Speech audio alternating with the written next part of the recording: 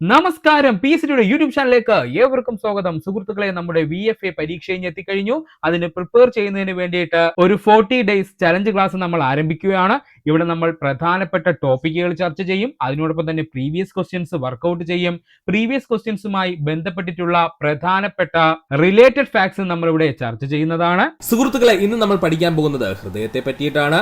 ഹൃദയവുമായി ബന്ധപ്പെട്ട ഒത്തിരി points PSC previous ആയി ചോദിക്കാറുണ്ട്. അതുകൊണ്ട് മനുഷ്യ അവയവങ്ങൾ എന്നുള്ള ഭാഗത്ത് ഹൃദയം നമുക്ക് വ്യക്തമായിട്ട് തന്നെ പഠിക്കേണ്ടതുണ്ട്. അപ്പൊ നമുക്ക് സമയം കളയേണ്ട, നമുക്ക് പഠിക്കാം ഹൃദയം. രക്തപര്യന വ്യവസ്ഥയുടെ കേന്ദ്രഭാഗം എന്നറിയപ്പെടുന്നത് ഹൃദയമാണ്. രക്തപര്യന വ്യവസ്ഥയുടെ കേന്ദ്രഭാഗം എന്ന് പറയുന്നത് ഹൃദയമാണ്. എന്താ സുഹൃത്തുക്കളെ പര്യന വ്യവസ്ഥ എന്ന് വെച്ചാൽ നമ്മൾ ഇംഗ്ലീഷിൽ സർക്കുലേഷൻ എന്ന് പറയും, അത് തന്നെയാണ് കേട്ടോ. അപ്പൊ രക്തപര്യന വ്യവസ്ഥയുടെ കേന്ദ്രഭാഗം എന്നറിയപ്പെടുന്നത് ഹൃദയമാണ്. ശരീരത്തിലേക്ക് ആവശ്യമായ രക്തം പമ്പ് ചെയ്യുന്നത് കൊണ്ട് തന്നെ ശരീരത്തിലെ പമ്പ് എന്നറിയപ്പെടുന്ന അവയവം ഹൃദയമാണ്. ശരീരത്തിലേക്ക് ആവശ്യമായിട്ടുള്ള രക്തം പമ്പ് ചെയ്യുന്നത് കൊണ്ട് തന്നെ ശരീരത്തിലെ പമ്പ് എന്നറിയപ്പെടുന്ന അവയവം ഏതാണ്? ഹൃദയമാണ്. മനുഷ്യരിൽ ആദ്യം വളരുന്ന ശരീരാവയവം ചോദിച്ചാൽ അത് ഹൃദയമാണ്. മനുഷ്യരിൽ ആദ്യം വളരുന്ന ശരീരാവയവം എന്ന് ചോദിച്ചാൽ അത് ഹൃദയമാണ്. ഇല്ലെന്നുണ്ടെങ്കിൽ PSC ചോദിക്കാം, മനുഷ്യ ഭ്രൂണത്തിൽ ആദ്യമായി രൂപപ്പെടുന്ന അവയവം എന്ന് ചോദിച്ചാൽ അതും ഹൃദയം തന്നെയാണ്. പഠിക്കണേ, മനുഷ്യ ശരീരത്തിൽ ആദ്യം വളരുന്ന ശരീര അവയവം എന്ന് ചോദിച്ചാൽ അത് ഹൃദയമാണ്. അതുപോലെ തന്നെ ഭ്രൂണത്തിൽ ആദ്യമായി രൂപപ്പെടുന്ന അവയവം എന്ന് ചോദിച്ചാലും ഏതാണ്? ഹൃദയമാണ്. പല സുഹൃത്തുക്കൾക്കും കൺഫ്യൂഷൻ ഉണ്ടാവുന്നതാണ്. തലച്ചോറല്ല, ആദ്യം ഏതാ ഉണ്ടാവുന്നത്? ഹൃദയമാണ്. ഹൃദയത്തെയും ഹൃദ്രോഗങ്ങളെയും കുറിച്ച് പഠിക്കുന്ന വൈദ്യശാസ്ത്ര ശാഖയാണ് കാർഡിയോളജി. ഒരുപാട് തവണ PSC പ്രീവിയസ് ആയി ചോദിച്ചതാണ്. ഹൃദയത്തെയും ഹൃദയരോഗങ്ങളെ അല്ലെങ്കിൽ ഹൃദ്രോഗങ്ങളെയും കുറിച്ച് പഠിക്കുന്ന വൈദ്യശാസ്ത്ര ശാഖയാണ് കാർഡിയോളജി. ഓരോ വ്യക്തിയുടെയും കൈമുഷ്ടിയുടെ വലിപ്പമാണ് ഹൃദയത്തിനുള്ളത്. ഓരോ വ്യക്തിയുടെയും കൈമുഷ്ടിയുടെ വലിപ്പമാണ് ഹൃദയത്തിനുള്ളത്. പഠിക്കുക. ഒന്നുകൂടി പറയാം സുഹൃത്തുക്കളെ, ശ്രദ്ധിക്കുക.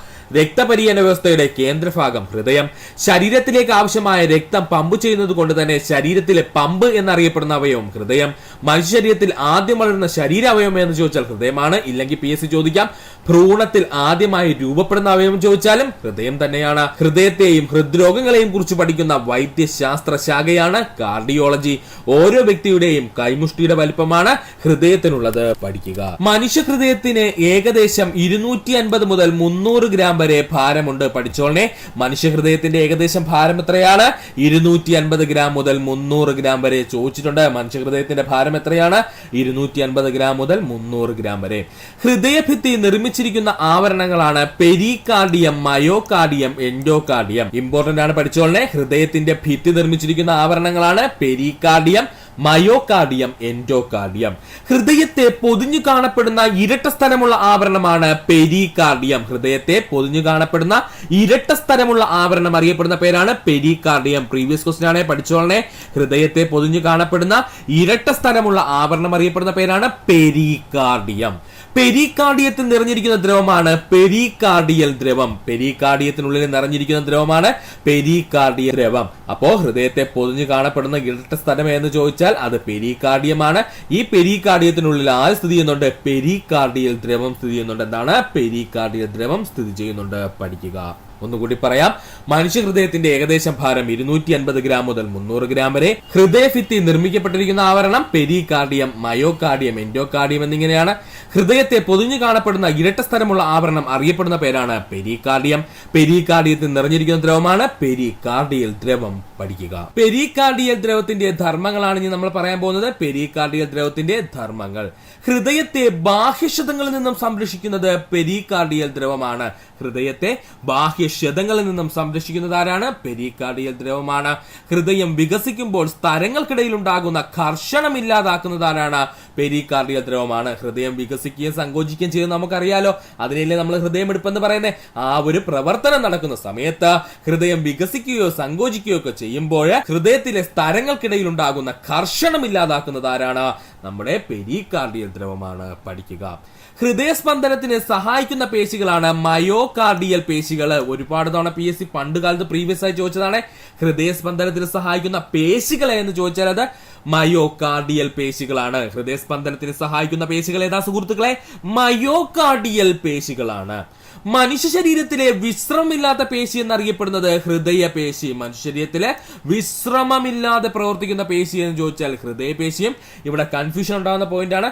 മനുഷ്യ ശരീരത്തിൽ ഏറ്റവും കൂടുതൽ പ്രവർത്തിക്കുന്ന പേശി എന്ന് ചോദിച്ചാൽ അത് നമ്മുടെ കൺപോളകളിലെ പേശിയാണ് കേട്ടോ. പഠിക്കുക. ക്യാൻസർ ബാധിക്കാത്ത അവയവം എന്നറിയപ്പെടുന്നത് ഹൃദയമാണ്. ക്യാൻസർ ബാധിക്കാത്ത അവയവം എന്നറിയപ്പെടുന്നത് ഹൃദയമാണ്. ഒന്നുകൂടി പറയാം സുഹൃത്തുക്കളെ, ശ്രദ്ധിക്കുക. പെരികാർഡിയൽ ദ്രവത്തിന്റെ ധർമ്മങ്ങൾ ചോദിച്ചാൽ ഹൃദയത്തെ ബാഹ്യശതങ്ങളിൽ നിന്നും രക്ഷിക്കുക, ഹൃദയം വികസിക്കുമ്പോൾ സ്ഥലങ്ങൾക്കിടയിൽ ഉണ്ടാകുന്ന ഘർഷണം ഇല്ലാതാക്കുക. ഹൃദയസ്പന്ദനത്തിന് സഹായിക്കുന്ന പേശികളാണ് മയോകാർഡിയൽ പേശികൾ.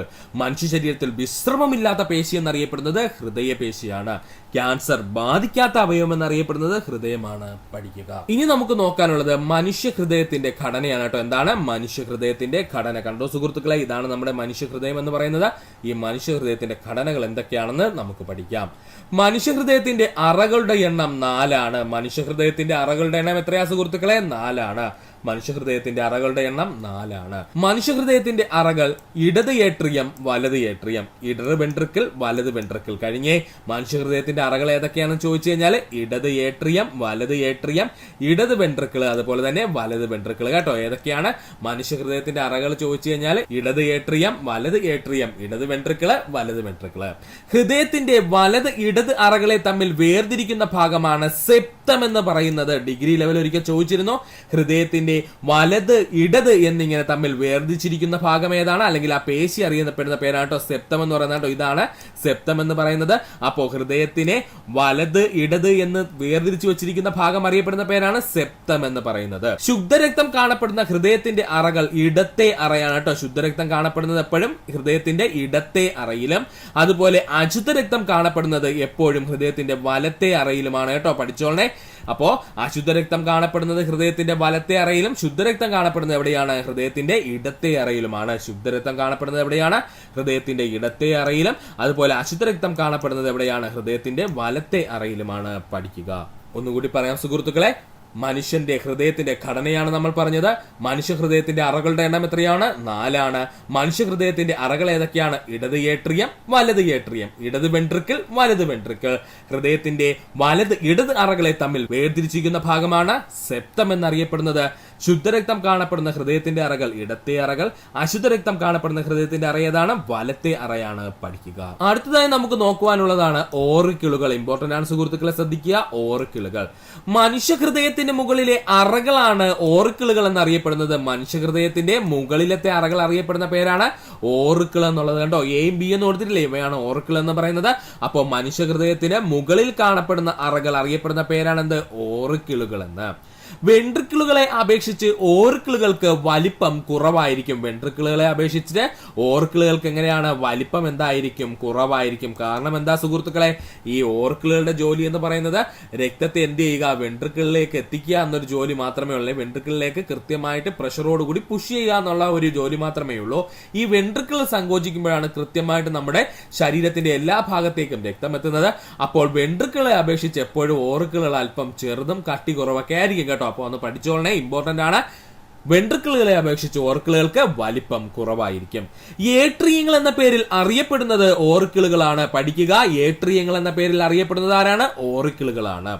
ശരീരത്തിന്റെ വിവിധ ഭാഗങ്ങളിൽ നിന്നുമുള്ള ഓക്സിജൻ നീക്കം ചെയ്യപ്പെട്ട രക്തം സ്വീകരിക്കുന്ന അറ എന്ന് ചോദിച്ചാൽ അത് വലത് ഓറിക്കിളാണ്. ഇമ്പോർട്ടന്റ് ആണ്, പഠിച്ചോളണേ. ശരീരത്തിന്റെ വിവിധ ഭാഗങ്ങളിൽ നിന്നുമുള്ള ഓക്സിജൻ നീക്കം ചെയ്യപ്പെട്ട രക്തം സ്വീകരിക്കപ്പെടുന്ന നമ്മുടെ ഹൃദയത്തിന്റെ അറ അല്ലെങ്കിൽ എത്തപ്പെടുന്ന നമ്മുടെ ഹൃദയത്തിന്റെ അറ ഏതാണ്? വലത് ഓറിക്കിളാണ്. പഠിക്കുക. ഒന്നുകൂടി പറയാം, ശ്രദ്ധിക്കുക സുഹൃത്തുക്കളെ. മനുഷ്യ ഹൃദയത്തിന് മുകളിലെ അറകളാണ് ഓറിക്കിൾ എന്നറിയപ്പെടുന്നത്. വെൻട്രിക്കിളുകളെ അപേക്ഷിച്ച് ഓറിക്കിളുകൾക്ക് വലിപ്പം കുറവായിരിക്കും.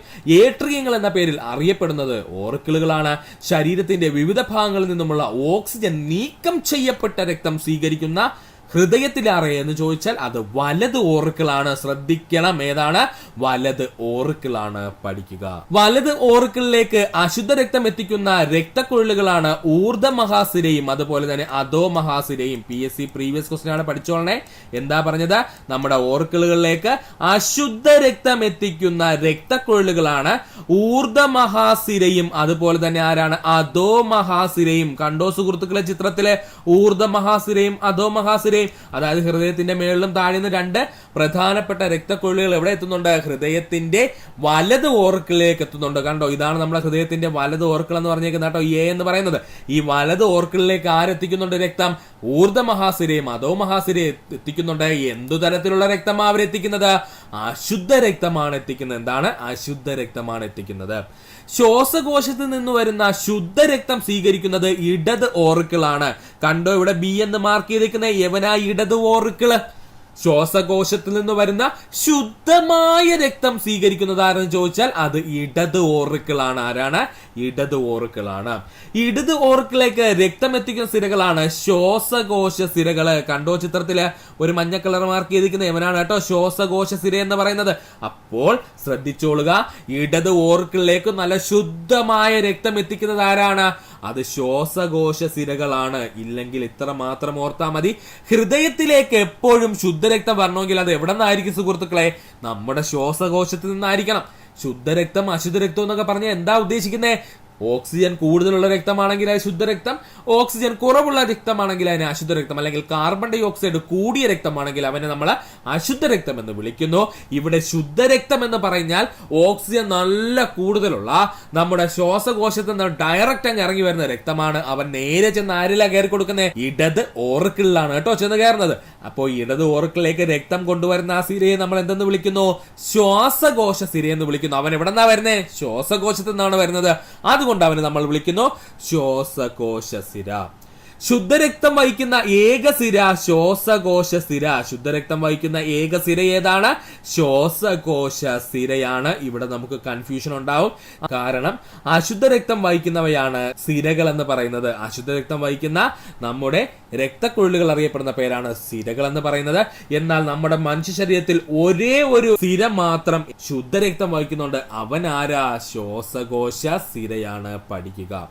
അശുദ്ധ രക്തം വഹിക്കുന്ന ഏക ധമനിയാണ് ശ്വാസകോശ ധമനി. അശുദ്ധ രക്തം വഹിക്കുന്ന ഏക ധമനിയാണ് ശ്വാസകോശ ധമനി. എന്തുകൊണ്ടാണെന്ന് ഞാൻ വ്യക്തമായിട്ട് പറഞ്ഞുതരാം. സുഹൃത്തുക്കൾ ജസ്റ്റ് ഒന്ന് കേട്ടിരുന്നാൽ മതി, കൺഫ്യൂഷൻ ഒഴിവാക്കാനായിട്ട് കേട്ടോ. അല്ലാതെ നമുക്ക് ഇവിടെ ഡീപ്പായിട്ടൊന്നും പഠിക്കാനില്ല. ശുദ്ധരക്തം എവിടെ നിന്നാ വരുന്നത്? ഞാൻ പറഞ്ഞു സുഹൃത്തുക്കളെ, ശുദ്ധരക്തമാണോ അത് ശ്വാസകോശത്തിൽ നിന്ന് വരണം. അപ്പോ ശുദ്ധരക്തം എവിടെ നിന്നാ വരുന്നത്? ശ്വാസകോശത്തിൽ നിന്നാണ് വരുന്നത്. പക്ഷേ ശുദ്ധരക്തത്തെ കൊണ്ടുവരുന്നത് ശ്വാസകോശത്തിൽ നിന്ന് ആരംഭിക്കുന്ന സിരയാണ് കേട്ടോ.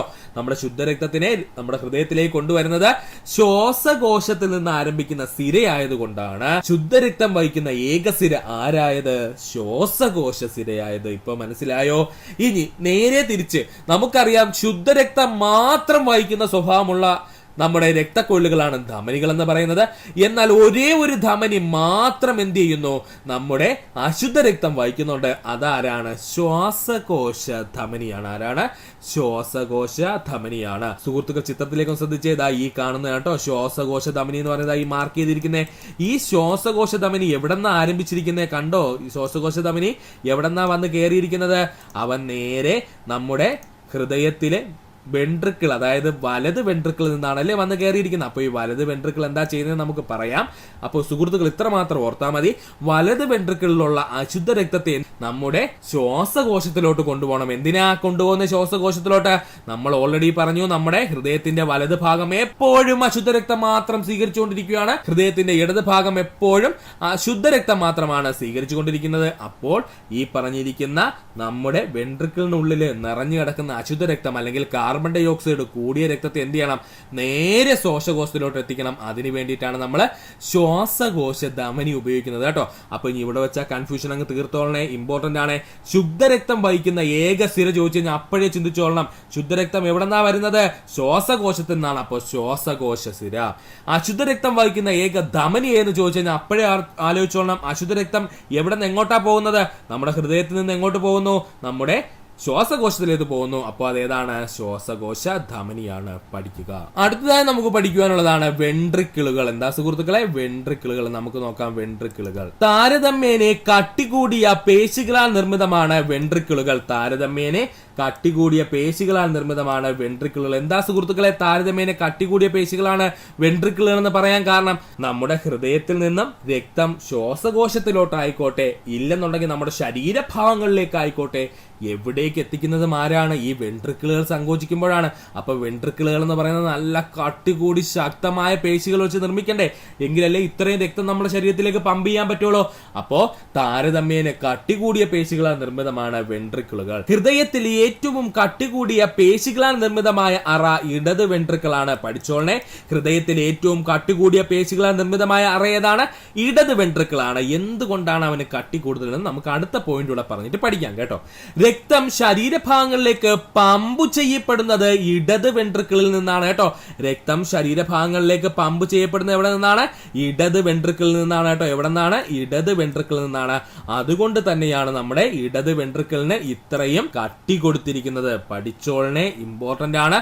ഹൃദയത്തിൽ ഏറ്റവും കട്ടി കൂടിയ പേശികളാൽ നിർമ്മിതമായിരിക്കുന്ന അറ ഏതാണ്? നമ്മുടെ ഇടത് വെൻട്രിക്കിളാണ്. അതിന് കാരണം എന്തെന്ന് ചോദിച്ചാല്, വെൻട്രിക്കിളുകൾ ചെയ്യുന്നത് എന്തെന്ന് ചോദിച്ചാല് രക്തത്തിന് എവിടെ എത്തിക്കുന്നു? ഒന്ന് നമ്മുടെ ശ്വാസകോശത്തെ എത്തിക്കുന്നു, മറ്റൊന്നെന്താണ്? നമ്മുടെ ശരീരഭാഗങ്ങളിലേക്ക് എല്ലാം രക്തത്തെ എത്തിക്കുന്നത് ആരാണ്? വെൻട്രിക്കിളുകളുടെ ജോലിയാണ് നമ്മൾ പറഞ്ഞു. എന്നാൽ ഇത് ഇടത് വെൻട്രിക്കിളുടെ പ്രത്യേകത എന്താണെന്ന് ചോദിച്ചാല്, ഇടത് വെൻട്രിക്കിൾ നല്ല പോലെ വർക്ക് ചെയ്യുമ്പോഴാണ് നമ്മുടെ ശരീരത്തിലെ എല്ലാ ഭാഗത്തേക്കും രക്തം എത്തുന്നത് കേട്ടോ. അപ്പൊ നമുക്ക് തോന്നും, എന്താ വലത് വെൻട്രിക്കിൾ രക്തം പമ്പ് ചെയ്യുന്നില്ലേ? പമ്പ് ചെയ്യുന്നുണ്ട് രക്തം. പക്ഷേ വലത് വെൻട്രിക്കിൾ എവിടത്തേക്കാ രക്തം പമ്പ് ചെയ്യുന്നത്? നമ്മൾ നേരത്തെ പറഞ്ഞിരുന്നു, അത് നമ്മുടെ ശ്വാസകോശ ധമനിയിലൂടെ ശ്വാസകോശത്തിലേക്ക് മാത്രം അശുദ്ധ രക്തം എത്തിക്കുന്ന പരിപാടി ആർക്കുള്ളൂ? നമ്മുടെ ഹൃദയത്തിന്റെ വലത് വെൻട്രിക്കിളിനുള്ളൂ. അപ്പോൾ അത്രയും കട്ടി കൂടിയ പേശികളാൽ നിർമ്മിക്കേണ്ട ആവശ്യമുണ്ടോ നമ്മുടെ വലത് വെൻട്രിക്കിൾ? ആവശ്യമില്ല. കാരണം എന്താ? ശ്വാസകോശത്തിലോട്ട് മാത്രം അശുദ്ധ രക്തം എത്തിക്കുന്ന ജോലിയുള്ളൂ ആർക്ക്?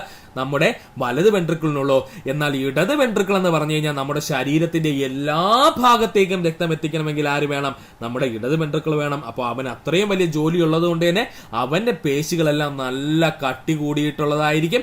അപ്പോൾ അതൊന്ന് ഇമ്പോർട്ടൻസ് ആയിട്ട് സുഹൃത്തുക്കൾ പഠിക്കുക. ഇപ്പോൾ PSC ചോദിച്ചുകൊണ്ടിരിക്കുന്നതാണ്. ഹൃദയത്തിൽ ഏറ്റവും കട്ടി കൂടിയ പേശികളിൽ നിർമ്മിതമായ അറ ഏതാണ്? ഇടത് വെൻട്രിക്കിളാണ്. രക്തം ശരീരഭാഗങ്ങളിലേക്ക് പമ്പ് ചെയ്യപ്പെടുന്നത് എവിടെ നിന്നാണ്? ഇടത് വെൻട്രിക്കിളിൽ നിന്നാണ്. പഠിക്കുക. ഒന്നുകൂടി പറയാം. താരതമ്യേന കട്ടി കൂടിയ പേശികളാൽ നിർമ്മിതമാണ് വെൻട്രിക്കിളുകൾ. ഹൃദയത്തിൽ ഏറ്റവും കട്ടി കൂടിയ പേശികളാൽ നിർമ്മിതമായ അറ ഇടത് വെൻട്രിക്കിളാണ്. രക്തം ശരീരഭാഗങ്ങളിലേക്ക് പമ്പ് ചെയ്യപ്പെടുന്നത് എവിടെ നിന്നാണ്? ഇടത് വെൻട്രിക്കിളിൽ നിന്നാണ്. അല്ലെങ്കിൽ നമുക്ക് കോമൺ ആയിട്ട് പറയാം, വെൻട്രിക്കിളുകളിൽ നിന്നാണ്. അടുത്തതായി നമുക്ക് പഠിക്കേണ്ടതാണ് PSC ഏറ്റവും കൂടുതൽ പ്രീവിയസ് ആയി ചോദിച്ച മേഖല ഹൃദയവും വാൽവുകളും. എന്താണ് ഹൃദയവും വാൽവുകളും? ഏട്രിയങ്ങൾക്കും വെൻട്രിക്കിളുകൾക്കും ഇടയിൽ രക്തപ്രവാഹത്തെ നിയന്ത്രിക്കുന്ന വാൽവുകളാണ് കാസ്പീഡ് വാൽവുകൾ എന്നറിയപ്പെടുന്നത്. അതായത് നമ്മുടെ ഏട്രിയങ്ങൾക്കും വെൻട്രിക്കിളുകൾക്കും ഇടയിൽ വാൽവുകൾ സ്ഥിതി ചെയ്യുന്നുണ്ട്. അല്ലെങ്കിൽ നമ്മൾ നേരത്തെ പറഞ്ഞ ഓറിക്കിളുകൾക്കും വെൻട്രിക്കിളുകൾക്കും എന്ന് പറയാം. ഈ ഓറിക്കിളുകൾ തന്നെയാണ് നമ്മൾ ഏട്രിയങ്ങൾ എന്ന് പറയുന്നത്. അപ്പോൾ ഇവന്മാർക്കിടയിൽ എന്തുണ്ട്? വാൽവുകളുണ്ട്. ഇങ്ങനെയുള്ള വാൽവുകൾ അറിയപ്പെടുന്ന പേരാണ് കാസ്പീഡ് വാൽവ് എന്നുള്ളത്. ഇനി എന്തൊക്കെയാണ് കാസ്പീഡ് വാൽവുകൾ നമുക്ക് നോക്കാം. വെൻട്രിക്കിളുകൾ സങ്കോചിക്കുമ്പോൾ രക്തം ഓറിക്കിളിലേക്ക് പ്രവേശിക്കുന്നത് തടയുന്ന വാൽവുകളാണ് ബൈക്കസ്പീഡ് വാൽവും ട്രൈക്കസ്പീഡ് വാൽവും. പഠിച്ചോളനെ. കണ്ടോ സുഹൃത്തുക്കളെ, ഇതാണ് ബൈക്കസ്പീഡ് വാൽവ്, ഇതാണ് ട്രൈക്കസ്പീഡ് വാൽവ്. ഈ താഴെ തന്നേക്കുന്ന രണ്ടെണ്ണം, ഈ സിയും ഡിയും എന്ന് പറഞ്ഞിരിക്കുന്നത് നമ്മുടെ വെൻട്രിക്കിളുകൾ എന്ന് പറയുന്നത്. എയും ബിയും ആണ് നമ്മുടെ ഓറിക്കിൾ, അല്ലെങ്കിൽ നമ്മൾ പറയും ഏട്രിയോ എന്ന് പറയും. അപ്പോൾ വെൻട്രിക്കിളും ഓറിക്കിളും ഒക്കെ. ഇനി എന്താ പറഞ്ഞിരിക്കുന്നത്? നമ്മൾ പറഞ്ഞിരുന്നു, ഈ ഓറിക്കിളുകളിൽ നിന്ന് രക്തം എന്ത് ചെയ്യുന്നു? താഴേക്കുള്ള വെൻട്രിക്കിളുകൾ എന്ന് പറയുന്ന ആ ഒരു അറകളിലേക്ക് പ്രവേശിക്കുമെന്ന് നമ്മൾ പറഞ്ഞിരുന്നു. ഈ പറഞ്ഞിരിക്കുന്ന വെൻട്രിക്കിളുകൾ സങ്കോചിക്കുമ്പോൾ എന്ത് ചെയ്യും? അശുദ്ധ രക്തം നേരെ നമ്മുടെ ശ്വാസകോശത്തിലേക്കും ശുദ്ധരക്തം നമ്മുടെ ശരീരഭാഗങ്ങളിലേക്കും എന്ത് ചെയ്യുന്നു? എത്തുന്നു. ഇങ്ങനെ സങ്കോചിക്കുന്ന സമയത്ത് തിരിച്ച് രക്തം കയറാൻ പാടില്ല. ഇതിനു വേണ്ടിയിട്ടാണ് എന്ത് ചെയ്തിരിക്കുന്നത്? ഈ ട്രൈക്കസ്പീഡ് വാൽവും ബൈക്കസ്പീഡ് വാൽവും എവിടെ വന്നിരിക്കുന്നത്? നമ്മുടെ ഹൃദയത്തില് വന്നിരിക്കുന്നത്. ഇടത് ഓറിക്കിളിനും ഇടത് വെൻട്രിക്കിളിനും ഇടയിൽ കാണപ്പെടുന്ന വാൽവാണ് ബൈക്കസ്പീഡ് വാൽവ്. എന്താണ് ബൈക്കസ്പീഡ് വാൽവ്? അപ്പോൾ ഇടത് ഓറിക്കിളിനും ഇടത് വെൻട്രിക്കിളിനും ഇടയിൽ കാണപ്പെടുന്നതാണ് ആര്? Bicuspid valve. എന്താണ് ബൈക്കസ്പീഡ് വാൽവ്? ശ്രദ്ധിച്ചു പഠിച്ചോളണേ. ഇടത് ഓറിക്കിളിനെയും ഇടത് വെൻട്രിക്കിളിനും ഇടയിൽ കാണപ്പെടുന്ന വാൽവാണ് ബൈക്കസ്പീഡ് വാൽവ്. വലത് ഓറിക്കിളിനും വലത് വെൻട്രിക്കിളിനും ഇടയിൽ കാണപ്പെടുന്നതാണ് ട്രൈക്കസ്പീഡ് വാൽവ്. വലത് ഓറിക്കിളിനും വലത് വെൻട്രിക്കിളിനും ഇടയിൽ കാണപ്പെടുന്നതാണ് ആരെന്ന് പറയുന്നത്? നമ്മുടെ ട്രൈക്കസ്പീഡ് വാൽവ് എന്ന് പറയുന്നത്. ഏതാണ് ട്രൈക്കസ്പീഡ് വാൽവ് എന്ന് പറയുന്നത്? പഠിക്കുക.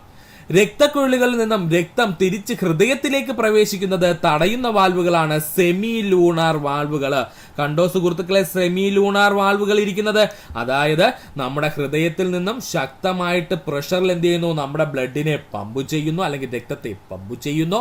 ഇങ്ങനെ രക്തത്തെ പമ്പ് ചെയ്ത് കഴിഞ്ഞാൽ രക്തം എന്ത് ചെയ്യരുത്, തിരിച്ച് വീണ്ടും ഒഴുകി എന്ത് ചെയ്യരുത്, ഹൃദയത്തിൽ വന്ന് കയറരുത്. അതായത് ഈ കടന്നുപോയ രക്തക്കുഴലിൽ കൂടെ രക്തം എന്ത് ചെയ്യരുത്, തിരിച്ചു വരരുത്. അതിന് വേണ്ടിയിട്ട് എന്ത് ചെയ്യുന്നു, ഈ വാൽവുകൾ അറിയപ്പെടുന്ന പേരാണ് സെമി ലൂണാർ വാൽവുകൾ എന്ന്. എന്താണ് സെമി ലൂണാർ വാൽവുകൾ എന്ന് പഠിക്കുക.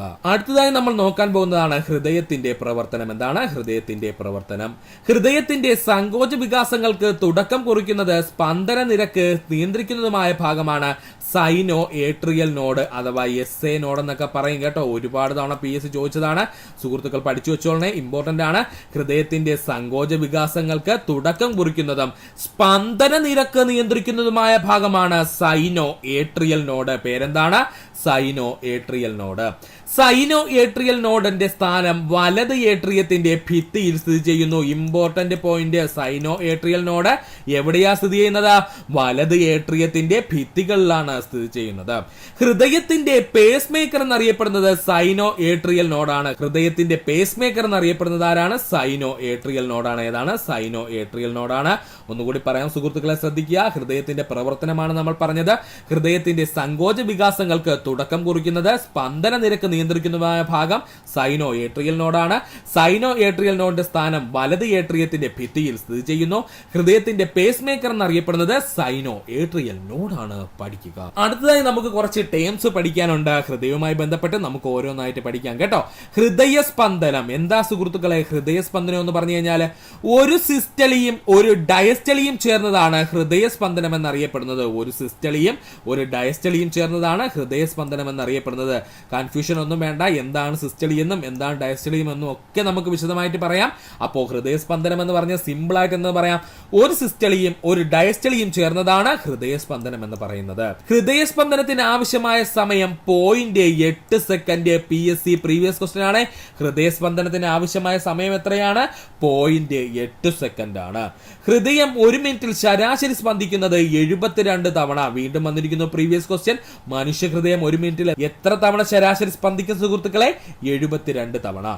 വൈദ്യുത സ്പന്ദനങ്ങൾക്കനുസരിച്ച് ഒരുപോലെ സ്പന്ദിക്കുന്നതിന് ഹൃദയത്തെ സഹായിക്കുന്നത് മയോകാർഡിയം. നമ്മൾ ഓൾറെഡി പറഞ്ഞിരുന്നു, വൈദ്യുത സ്പന്ദനങ്ങൾക്കനുസരിച്ച് ഒരേപോലെ സ്പന്ദിക്കുന്നതിന് ഹൃദയത്തെ സഹായിക്കുന്നത് മയോകാർഡിയമാണ്. ഏതാണ്? മയോകാർഡിയമാണ്. ഹൃദയസ്പന്ദനം എന്ന് പറഞ്ഞു കഴിഞ്ഞാൽ പ്രധാനമായിട്ടും ഒരു സിസ്റ്റലിയും ഒരു ഡയസ്റ്റലിയും ചേർന്നതാണ്. ഹൃദയസ്പന്ദനത്തിന് ആവശ്യമായ സമയം 0.8 സെക്കൻഡ് ആണ്. ഹൃദയം ഒരു മിനിറ്റിൽ ശരാശരി എത്ര സ്പന്ദിക്കുന്നു ചോദിച്ചാൽ മനുഷ്യഹൃദയമാണ് 72 തവണ. വൈദ്യുത സ്പന്ദനങ്ങൾക്കനുസരിച്ച് ഒരുപോലെ സ്പന്ദിക്കുന്നതിന് ഹൃദയത്തെ സഹായിക്കുന്നത് മയോകാർഡിയമാണ്. പഠിക്കുക. ഗർഭസ്ഥ ശിശുവിന് ആദ്യമുണ്ടാകുന്ന അവയവം ഹൃദയമാണ്. നമ്മൾ ഓൾറെഡി പറഞ്ഞിരുന്നു, ഗർഭസ്ഥ ശിശുവിന് അല്ലെങ്കിൽ ഒരു ഭ്രൂണത്തില് ആദ്യമായിട്ടുണ്ടാകുന്ന അവയവം എന്ന് ചോദിച്ചാൽ അത് ഹൃദയമായിരിക്കും. മനുഷ്യ ഭ്രൂണത്തിൽ ഹൃദയസ്പന്ദനം തുടങ്ങുന്നത് 22-ാം ദിവസം മുതലാണ്. ഇമ്പോർട്ടന്റ് ആണ്. മനുഷ്യ ഭ്രൂണത്തില് ഹൃദയസ്പന്ദനം ആരംഭിക്കുന്നത് എപ്പോ മുതലാണ്? ആ ഭ്രൂണം ഡെവലപ്പായി 22 ദിവസത്തിനുള്ളിൽ എന്ത് ചെയ്യുന്നു? നമ്മുടെ ഹൃദയം ഇടിച്ചു തുടങ്ങുന്നു. ഹൃദയസ്പന്ദനം കണ്ടെത്തുവാനുള്ള ഉപകരണമാണ് stethoscope. Important point, PSC previous question ആണ്. ഹൃദയസ്പന്ദനം കണ്ടെത്തുവാനുള്ള ഉപകരണം ഏതാണ്? സ്റ്റെതസ്കോപ്പ് ആണ്. ഏതാണ്? സ്റ്റെതസ്കോപ്പ് ആണ്. സ്റ്റെതസ്കോപ്പ് കണ്ടുപിടിച്ചത് റെനെ ലിനാക് ആണ്. ഇതും പ്രീവിയസ് ക്വസ്റ്റ്യൻ ആണ്. സ്റ്റെതസ്കോപ്പ് കണ്ടുപിടിച്ചതാരാണ്? റെനെ ലിനാക് ആണ്. സ്റ്റെതസ്കോപ്പ് കണ്ടുപിടിച്ചതാരാണ്? റെനെ ലിനാക് ആണ്. ഒന്നുകൂടി പറയാം, ഗർഭസ്ഥ ശിശുവിൽ ആദ്യമുണ്ടാകുന്ന അവയവം ഹൃദയം. മനുഷ്യഭ്രൂണത്തിന്റെ ഹൃദയസ്പന്ദനം തുടങ്ങുന്നത് 22 ദിവസം പ്രായമാകുമ്പോൾ. ആർക്കാ? ഭ്രൂണത്തിന് 22 ദിവസം പ്രായമാകുമ്പോൾ. ഹൃദയസ്പന്ദനം കണ്ടെത്തുവാനുള്ള ഉപകരണം സ്റ്റെതസ്കോപ്പ് ആണ്. സ്റ്റെതസ്കോപ്പ് കണ്ടുപിടിച്ചതാരാണ്? റെനെ ലിനാക് ആണ്. ആരാണ്? റെനെ ലിനാക് ആണ്. നേരത്തെ നമ്മൾ പറഞ്ഞിരുന്ന രണ്ട് പ്രധാനപ്പെട്ട വാക്കുകൾ നമ്മൾ ഇവിടെ ക്ലിയർ ചെയ്യാൻ പോവാണ്. ഒന്ന് സിസ്റ്റലി, മറ്റൊന്ന് ഡയസ്റ്റലി. നമുക്ക് നോക്കാം എന്താണ് സിസ്റ്റലി എന്നും ഡയസ്റ്റലി എന്നും. സിസ്റ്റലി, ഹൃദയ അറകളുടെ സങ്കോചമാണ് സിസ്റ്റലി എന്നറിയപ്പെടുന്നത്. ഹൃദയ അറകളുടെ സങ്കോചം അറിയപ്പെടുന്ന പേരാണ് സിസ്റ്റലി എന്ന്. സിസ്റ്റലി സമയത്ത് രക്തം ഏട്രിയങ്ങളിൽ നിന്നും വെൻട്രിക്കിളിലേക്ക് അവിടെ നിന്നും പുറത്തേക്കും പ്രവഹിക്കുന്നു. ഇമ്പോർട്ടന്റ് പോയിന്റ് ആണ്. സിസ്റ്റലി സമയത്ത് ഏട്രിയങ്ങളിൽ നിന്നും രക്തം എന്ത് ചെയ്യുന്നു? വെൻട്രിക്കിളിലേക്ക് പ്രവേശിക്കുന്നു, അവിടെ നിന്ന് പുറത്തേക്കും പോകുന്നു. അപ്പോൾ ഹൃദയ അറകളുടെ സങ്കോചം അറിയപ്പെടുന്ന പേരാണ് സിസ്റ്റലി എന്ന് പറയുന്നത്. സിസ്റ്റലി സമയത്ത് രക്തം ഏട്രിയങ്ങളിൽ നിന്നും വെൻട്രിക്കിളിലേക്കും അവിടെ നിന്ന് പുറത്തേക്കും എന്ത് ചെയ്യുന്നു? പ്രവഹിക്കുന്നു. അടുത്തതായി പറയുവാനുള്ളതാണ് ഡയസ്റ്റളി എന്നുള്ളത്. ഇത് രണ്ടും PSC പ്രീവിയസ് ആയി ചോദിച്ചതാണ്. എന്താ സുഹൃത്തുക്കളെ ഡയസ്റ്റളി എന്ന് പറഞ്ഞു കഴിഞ്ഞാൽ ഹൃദയത്തിന്റെ അറകൾ വിശ്രമിക്കുന്നതിനെ അറിയപ്പെടുന്ന പേരാണ് ഡയസ്റ്റളി എന്ന് പറയുന്നത്. അല്ലെങ്കിൽ നമുക്ക് പറയാം ഹൃദയത്തിന്റെ അറകളുടെ വിശ്രമം അറിയപ്പെടുന്ന പേരാണ് ഡയസ്റ്റളി എന്ന്. അപ്പോ ഹൃദയത്തിന്റെ അറകളുടെ വിശ്രമം അറിയപ്പെടുന്ന പേരാണ് ഡയസ്റ്റളി എന്ന്. ഏട്രിയങ്ങൾക്കൊപ്പം വെൻട്രിക്കിളുകൾക്കും വിശ്രമാവസ്ഥയിൽ എത്തുന്നതിന് അറിയപ്പെടുന്ന പേരാണ് ഡയസ്റ്റളി. അങ്ങനെയും പറയാം, ഏട്രിയങ്ങൾക്കൊപ്പം വെൻട്രിക്കിളുകളും വിശ്രമാവസ്ഥയിൽ എത്തുന്നതിനെ അറിയപ്പെടുന്ന പേരാണ് ഡയസ്റ്റളി എന്ന് പറയുന്നത്. അപ്പോൾ എന്താ സിസ്റ്റളി? ഹൃദയ അറകളുടെ സങ്കോചമാണ് സിസ്റ്റളി എന്നറിയപ്പെടുന്നത്. സിസ്റ്റളി സമയത്ത് രക്തം ഏട്രിയങ്ങളിൽ നിന്നും വെൻട്രിക്കിളിലേക്കും അവിടെ നിന്ന് പുറത്തേക്കും പ്രവഹിക്കുന്നു. എന്താ ഡയസ്റ്റളി എന്ന് പറഞ്ഞാൽ ഹൃദയ അറകളുടെ വിശ്രമം അറിയപ്പെടുന്ന പേരാണ് ഡയസ്റ്റളി എന്ന്. ഏട്രിയങ്ങളും വെൻട്രിക്കിളും വിശ്രമാവസ്ഥയിൽ എത്തുമ്പോൾ അറിയപ്പെടുന്ന പേരാണ് ഡയസ്റ്റളി. അല്ലെങ്കിൽ ഇങ്ങനെ പഠിച്ചോളണം, ഡയസ്റ്റളി സമയത്ത് നമ്മുടെ ഏട്രിയങ്ങളും വെൻട്രിക്കിളുകളും വിശ്രമാവസ്ഥയിലായിരിക്കും പഠിക്കുക. അടുത്തതാണ് സിസ്റ്റോളിക് പ്രഷറും അതുപോലെ ഡയസ്റ്റാളിക് പ്രഷറും. സിസ്റ്റോളിക് പ്രഷറും ഡയസ്റ്റോളിക് പ്രഷറും നമുക്ക് നോക്കാം എന്താണെന്നുള്ളത്. ഹൃദയം സങ്കോചിക്കുമ്പോൾ പമ്പ് ചെയ്യപ്പെടുന്ന അധിക രക്തം ധമനികളിൽ ഏൽപ്പിക്കുന്ന മർദ്ദം അറിയപ്പെടുന്ന പേരാണ് സിസ്റ്റോളിക് പ്രഷർ എന്ന് പറയുന്നത്. പഠിച്ചോളനെ, ഹൃദയം സങ്കോചിക്കുമ്പോൾ പമ്പ് ചെയ്യപ്പെടുന്ന അധിക രക്തം ധമനികളിൽ ഏൽപ്പിക്കുന്ന മർദ്ദം അറിയപ്പെടുന്ന പേരാണ് സിസ്റ്റോളിക് പ്രഷർ. മനുഷ്യന്റെ സാധാരണ സിസ്റ്റോളിക് പ്രഷർ 120 mm/Hg ആണ് കേട്ടോ. പഠിച്ചോളനെ, മനുഷ്യന്റെ സാധാരണ സിസ്റ്റോളിക് പ്രഷർ എത്രയാണ്? 120 mm/Hg ആണ്. ഓരോ തവണയും ഹൃദയം സങ്കോചിക്കുമ്പോൾ ധമനികളിലേക്ക് പമ്പ് ചെയ്യപ്പെടുവാനുള്ള രക്തത്തിന്റെ അളവ് 70 ml വെച്ചാണ് കേട്ടോ. ഓരോ തവണയും ഹൃദയം സങ്കോചിക്കുമ്പോൾ ധമനികളിലേക്ക് പമ്പ് ചെയ്യപ്പെടുവാനുള്ള രക്തത്തിന്റെ അളവ് എത്രയാണ്? 70 ml. Diastolic pressure. ഹൃദയം പൂർണ്ണമായും വികസിക്കുമ്പോൾ രക്തം ഹൃദയത്തിലേക്ക് പ്രവേശിക്കുകയും കുറഞ്ഞ മർദ്ദം അനുഭവപ്പെടുകയും ചെയ്യുന്നു. ഇതിനെ ഡയസ്റ്റോളിക് പ്രഷർ എന്ന പേരിൽ അറിയപ്പെടുന്നു. ഇമ്പോർട്ടന്റ് ആണ്. എന്താ ഡയസ്റ്റോളിക് പ്രഷർ എന്ന് ചോദിച്ചാൽ ഹൃദയം പൂർണ്ണമായും വികസിക്കുമ്പോൾ രക്തം ഹൃദയത്തിലേക്ക് പ്രവേശിക്കുകയും കുറഞ്ഞ മർദ്ദം അനുഭവപ്പെടുകയും ചെയ്യും. എവിടെയാ കുറഞ്ഞ മർദ്ദം അനുഭവപ്പെടുന്നത്? നമ്മുടെ രക്തക്കുഴലുകളിൽ കുറഞ്ഞ മർദ്ദം അനുഭവപ്പെടുകയും ചെയ്യുന്നു. ഇതിനെ നമ്മൾ വിളിക്കുന്ന പേരാണ് ഡയസ്റ്റോളിക് പ്രഷർ എന്ന്. എന്താണ് ഡയസ്റ്റോളിക് പ്രഷർ എന്ന്? ഒന്നുകൂടി പറയാൻ സുഹൃത്തുക്കളെ ശ്രദ്ധിച്ചിരിക്കുക, കൺഫ്യൂഷൻ ഒന്നും വേണ്ട. എന്താണ് സിസ്റ്റോളിക് പ്രഷർ എന്ന് ചോദിച്ചാൽ ഹൃദയം സങ്കോചിക്കുമ്പോൾ പമ്പ് ചെയ്യുന്ന അധിക രക്തം ധമനികളിൽ ഏൽപ്പിക്കുന്ന മർദ്ദം അറിയപ്പെടുന്ന പേരാണ് സിസ്റ്റോളിക് പ്രഷർ. മനുഷ്യന്റെ സാധാരണ സിസ്റ്റോളിക് പ്രഷർ എത്രയാണ്? 120 mm/Hg ആണ്. ഓരോ തവണയും ഹൃദയം സങ്കോചിക്കുമ്പോൾ ധമനികളിലേക്ക് പമ്പ് ചെയ്യപ്പെടുവാനുള്ള രക്തത്തിന്റെ അളവ് എത്രയാണ്? ഏകദേശം 70 ml ആണ്. പഠിക്കണം. ഡയസ്റ്റോളിക് പ്രഷർ എന്ന് പറഞ്ഞാൽ ഹൃദയം പൂർണ്ണമായും വികസിക്കുമ്പോൾ രക്തം ഹൃദയത്തിലേക്ക് പ്രവേശിക്കുകയും കുറഞ്ഞ മർദ്ദം അനുഭവപ്പെടുകയും ചെയ്യുന്നു. ഇതിനെ ഡയസ്റ്റോളിക് പ്രഷർ എന്ന പേരിൽ അറിയപ്പെടുന്നു. പഠിക്കുക. മനുഷ്യന്റെ സാധാരണ ഡയസ്റ്റോളിക് പ്രഷർ എത്രയെന്ന് ചോദിച്ചാൽ അത് 80 mm/Hg ആണ് കേട്ടോ. പഠിച്ചോളനെ, മനുഷ്യന്റെ സാധാരണ ഡയസ്റ്റോളിക് പ്രഷർ എത്രയാ സുഹൃത്തുക്കളെ? 80 mm/Hg ആണ്. പഠിക്കുക. അടുത്തതായി നമുക്ക് പഠിക്കേണ്ട ടേമാണ് പൾസ് എന്ന് പറയുന്നത്. ഒരുപാട് തവണ PSC പ്രീവിയസ് ആയി ചോദിച്ചതാണ് പൾസ്. ഹൃദയത്തിന്റെ സങ്കോച വികാസങ്ങളുടെ ഫലമായി ഉണ്ടാകുന്ന തരംഗചലനം ധമനി ഭിത്തികളിൽ ഉടനീളം അനുഭവപ്പെടുന്നു. ഇതിനെ പൾസ് എന്ന പേരിൽ അറിയപ്പെടുന്നു. അപ്പൊ എന്താ പൾസ്? ഹൃദയത്തിന്റെ സങ്കോച വികാസങ്ങളുടെ ഫലമായി ഉണ്ടാകുന്ന തരംഗചലനം ധമനി ഭിത്തികളിൽ ഉടനീളം അനുഭവപ്പെടുന്നു. ഇതിനെ നമ്മൾ പൾസ് എന്ന് വിളിക്കുന്നു. മനുഷ്യന്റെ സാധാരണ പൾസ് നിരക്ക് മിനിറ്റിൽ 72 തവണയാണ്. ഇതും PSC പ്രീവിയസ് ആയി ചോദിച്ചതാണ്. മനുഷ്യന്റെ സാധാരണ പൾസ് നിരക്ക് എത്രയാണ്? മിനിറ്റിൽ 72 തവണയാണ്. പൾസ് നിരക്ക് ഹൃദയമിടിപ്പ് നിരക്കിന് തുല്യമായിരിക്കും. അതുകൊണ്ടാണ് നമ്മൾ പൾസ് നിരക്ക് നോക്കിയിട്ട് ഹൃദയമിടിപ്പ് നിരക്കെന്ന് പറയുന്നത് കേട്ടോ. അപ്പോൾ പൾസ് നിരക്ക് എപ്പോഴും ഹൃദയമിടിപ്പിന്റെ നിരക്കിന് തുല്യമായിരിക്കും. ഇവിടെ വെച്ചങ്ങ് പഠിച്ചോളണേ. സൂപ്പർ ക്വസ്റ്റ്യൻ ആണ്, പഠിച്ചോളണേ. പൾസ് നിരക്ക് ഹൃദയമിടിപ്പിന്റെ നിരക്കിന് തുല്യമായിരിക്കും. അതുകൊണ്ടാണ് നമുക്ക് പൾസ് നോക്കി ഹൃദയമിടിപ്പ് മനസ്സിലാക്കാൻ കഴിയുന്നത്. സിസ്റ്റോളിക് മർദ്ദവും ഡയസ്റ്റോളിക് മർദ്ദവും ചേർന്നതാണ് ഒരാളുടെ രക്തസമ്മർദ്ദം എന്ന പേരിൽ അറിയപ്പെടുന്നത്. നമ്മൾ BP എന്നൊക്കെ പറയൂലേ സുഹൃത്തുക്കൾ, അത് തന്നെ കേട്ടോ. അപ്പോ ബ്ലഡ് പ്രഷർ അല്ലെങ്കിൽ രക്തസമ്മർദ്ദം എന്താണ്? സിസ്റ്റോളിക് മർദ്ദവും ഡയസ്റ്റോളിക് മർദ്ദവും ചേർന്നതാണ് ഒരാളുടെ രക്തസമ്മർദ്ദം എന്നറിയപ്പെടുന്നത്. രക്തസമ്മർദ്ദം അളക്കുവാൻ ഉപയോഗിക്കുന്ന ഉപകരണമാണ് സിഗ്മോമാനോമീറ്റർ. രക്തസമ്മർദ്ദം അളക്കുവാൻ ഉപയോഗിക്കുന്ന ഉപകരണം ഏതാണ്? സിഗ്മോമാനോമീറ്റർ ആണ്. ഏതാണ്? സിഗ്മോ മാനോമീറ്റർ ആണ്, ഇമ്പോർട്ടന്റ് ആണ്. ഇനി ഇപ്പോഴത്തെ കാലത്ത് നമ്മൾ എന്ത് ഉപയോഗിക്കുന്നുണ്ട്? ഡിജിറ്റൽ BP മീറ്റർ എന്ന് പറഞ്ഞ സാധനമാണ് ഉപയോഗിക്കുന്നത് കേട്ടോ. അപ്പോൾ പഠിച്ചോളണം, ഡിജിറ്റൽ BP മീറ്റർ എന്തിനാ ഉപയോഗിക്കുന്നത് ചോദിച്ചാൽ അതും രക്തസമ്മർദ്ദം അളക്കുവാനാണ്. അപ്പോൾ ഒന്നുകൂടി പറയാൻ സുഹൃത്തുക്കളെ ശ്രദ്ധിക്കുക, മനുഷ്യന്റെ സാധാരണ ഡയസ്റ്റോളിക് പ്രഷർ 80 mm/Hg. പൾസ് എന്ന് പറയുന്നത് എന്താണ്? ഹൃദയത്തിന്റെ സങ്കോച വികാസങ്ങളുടെ ഫലമായി ഉണ്ടാകുന്ന തരംഗ ചലനം ധമനി ഭിത്തികളിലുടനീളം അനുഭവപ്പെടുന്നു. ഇതിനെയാണ് പൾസ് എന്നറിയപ്പെടുന്നത്.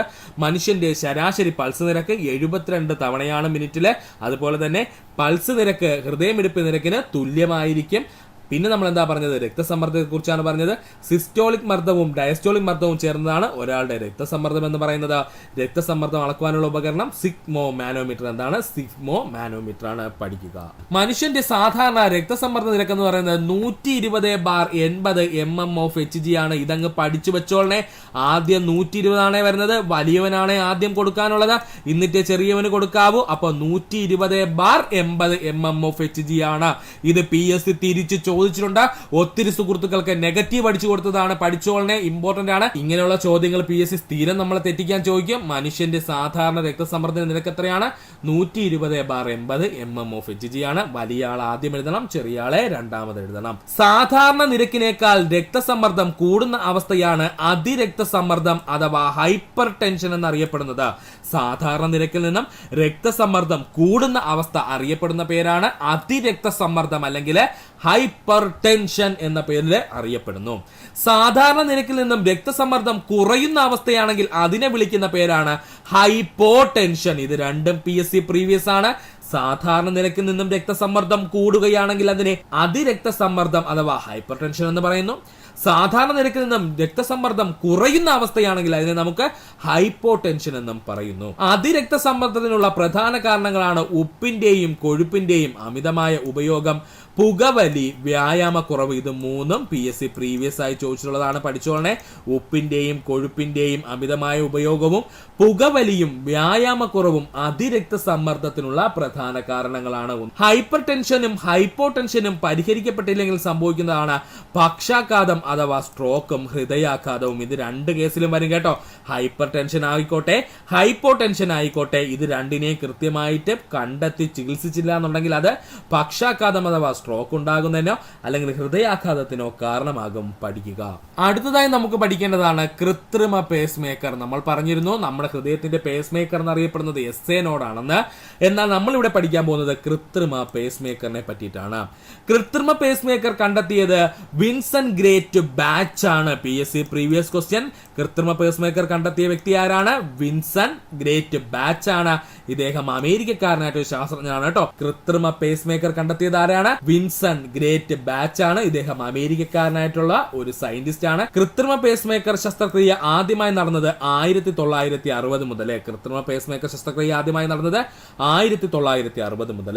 കൃത്രിമ പേസ് മേക്കറിന്റെ ഭാഗമാണ് പൾസ് ജനറേറ്ററും അതുപോലെ തന്നെ ഈ പൾസ് ജനറേറ്ററിൽ നിന്നുള്ള വൈദ്യുത സിഗ്നലുകൾ ഹൃദയത്തിൽ എത്തിക്കുന്ന ഒരു ഭാഗവും കേട്ടോ. കൃത്രിമ പേസ് മേക്കറിന്റെ ഭാഗങ്ങളാണ് പൾസ് ജനറേറ്ററും അതുപോലെ തന്നെ പൾസ് ജനറേറ്ററിൽ നിന്നുള്ള വൈദ്യുത സിഗ്നലുകളെ ഹൃദയത്തിൽ എത്തിക്കുവാനുള്ള സംവിധാനവും പഠിക്കുക. ഹൃദയത്തിന്റെ പ്രവർത്തനങ്ങൾ മനസ്സിലാക്കാൻ ഉപയോഗിക്കുന്നതാണ് ECG. ഹൃദയത്തിന്റെ പ്രവർത്തനങ്ങൾ മനസ്സിലാക്കാൻ ഉപയോഗിക്കുന്ന ഉപകരണമാണ് ECG എന്ന് പറയുന്നത്.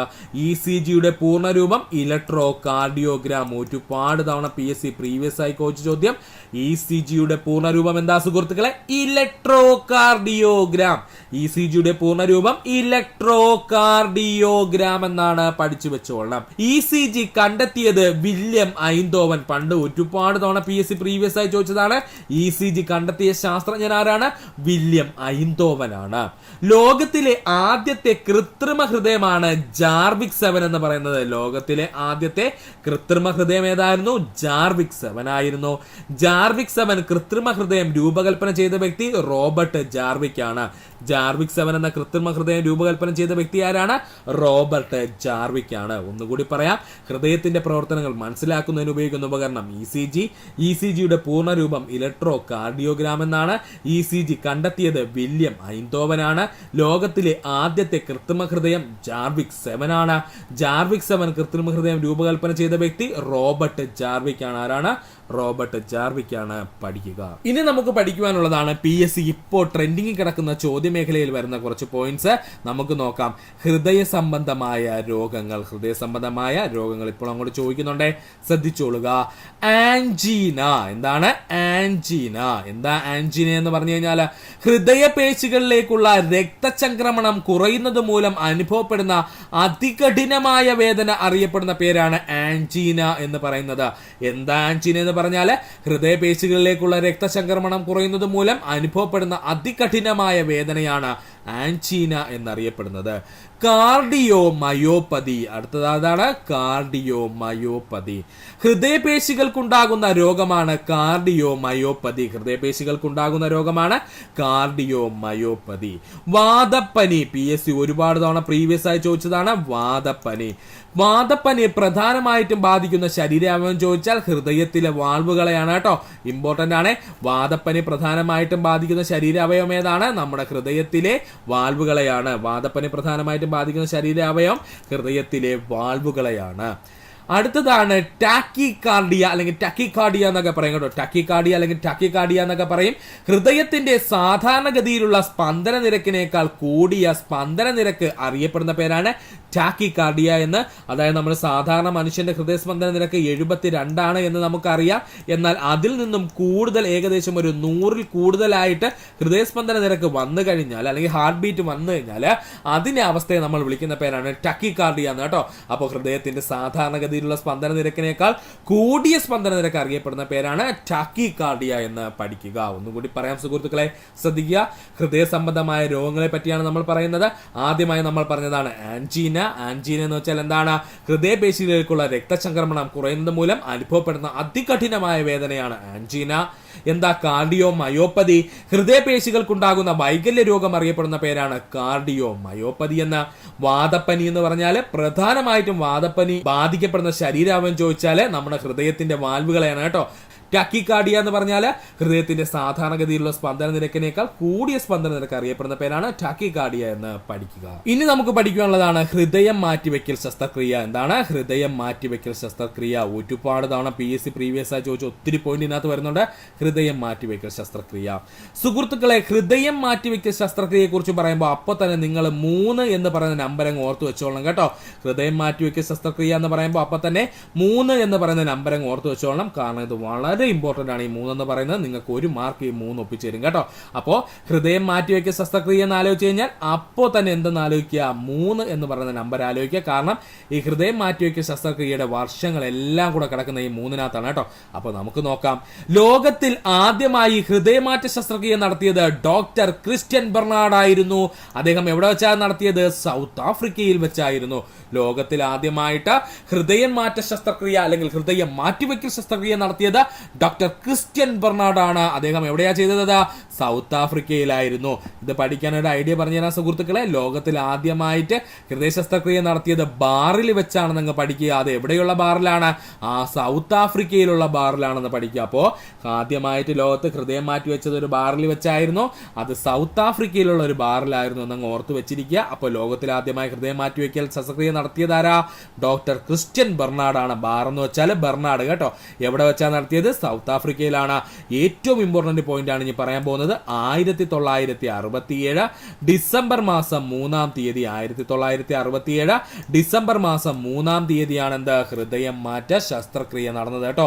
ആദ്യമായിട്ട് ഹൃദയം മാറ്റ ശസ്ത്രക്രിയ നടന്ന വർഷം 1967 ഡിസംബർ 3 അതുകൊണ്ട് ഈ ഡിസംബർ 3 നമ്മൾ ലോക ഹൃദയ ശസ്ത്രക്രിയ ദിനമായിട്ട് ആചരിക്കുന്നു കേട്ടോ. അതുകൊണ്ട് ഒന്ന് പഠിച്ചോളണേ. ഇനി ഇന്ത്യയിൽ ആദ്യമായി ഹൃദയം മാറ്റിവെക്കൽ ശസ്ത്രക്രിയ നടത്തിയത് ഡോക്ടർ വേണുഗോപാൽ ആയിരുന്നു. ഇമ്പോർട്ടന്റ് ആണ്. ഇന്ത്യയിൽ ആദ്യമായിട്ട് ഹൃദയം മാറ്റിവെക്കൽ ശസ്ത്രക്രിയ നടത്തിയത് ആരാണ്? ഡോക്ടർ വേണുഗോപാൽ ആയിരുന്നു. ആരാണ്? ഡോക്ടർ വേണുഗോപാൽ ആയിരുന്നു. അദ്ദേഹം എയിംസ് ന്യൂഡൽഹിയിൽ വെച്ചിട്ടാണ് കേട്ടോ ആദ്യമായിട്ട് ഹൃദയം മാറ്റിവെക്കൽ ശസ്ത്രക്രിയ നടത്തിയത് കേട്ടോ. എയിംസ് ന്യൂഡൽഹിയിലാണ് ആദ്യമായിട്ട് ഹൃദയം മാറ്റിവെക്കൽ ശസ്ത്രക്രിയ നടത്തിയത്.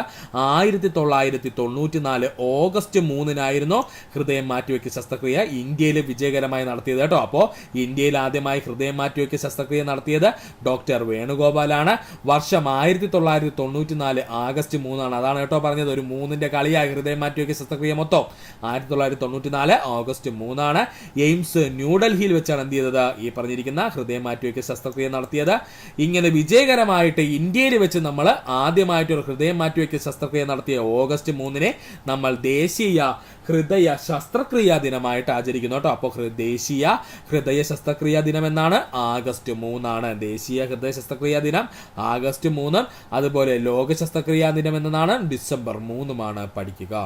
കേരളത്തിൽ ആദ്യമായി ഹൃദയം മാറ്റിവെക്കൽ ശസ്ത്രക്രിയ നടത്തിയത് ജോസ് ചാക്കോ പെരിയപുരമാണ്. ഡോക്ടർ ജോസ് ചാക്കോ പെരിയപുരമാണ് കേരളത്തിൽ ആദ്യമായി ഹൃദയം മാറ്റിവെക്കൽ ശസ്ത്രക്രിയ നടത്തിയത്. 2003 മെയ് 13 നടത്തിയത് കേട്ടോ. 2003 മെയ് 13 എന്ത് ചെയ്തത്, ഡോക്ടർ ജോസ് ചാക്കോ പെരിയപുരം കേരളത്തിൽ ആദ്യമായിട്ട് ഹൃദയം മാറ്റിവെക്കൽ ശസ്ത്രക്രിയ നടത്തിയത് പഠിക്കുക.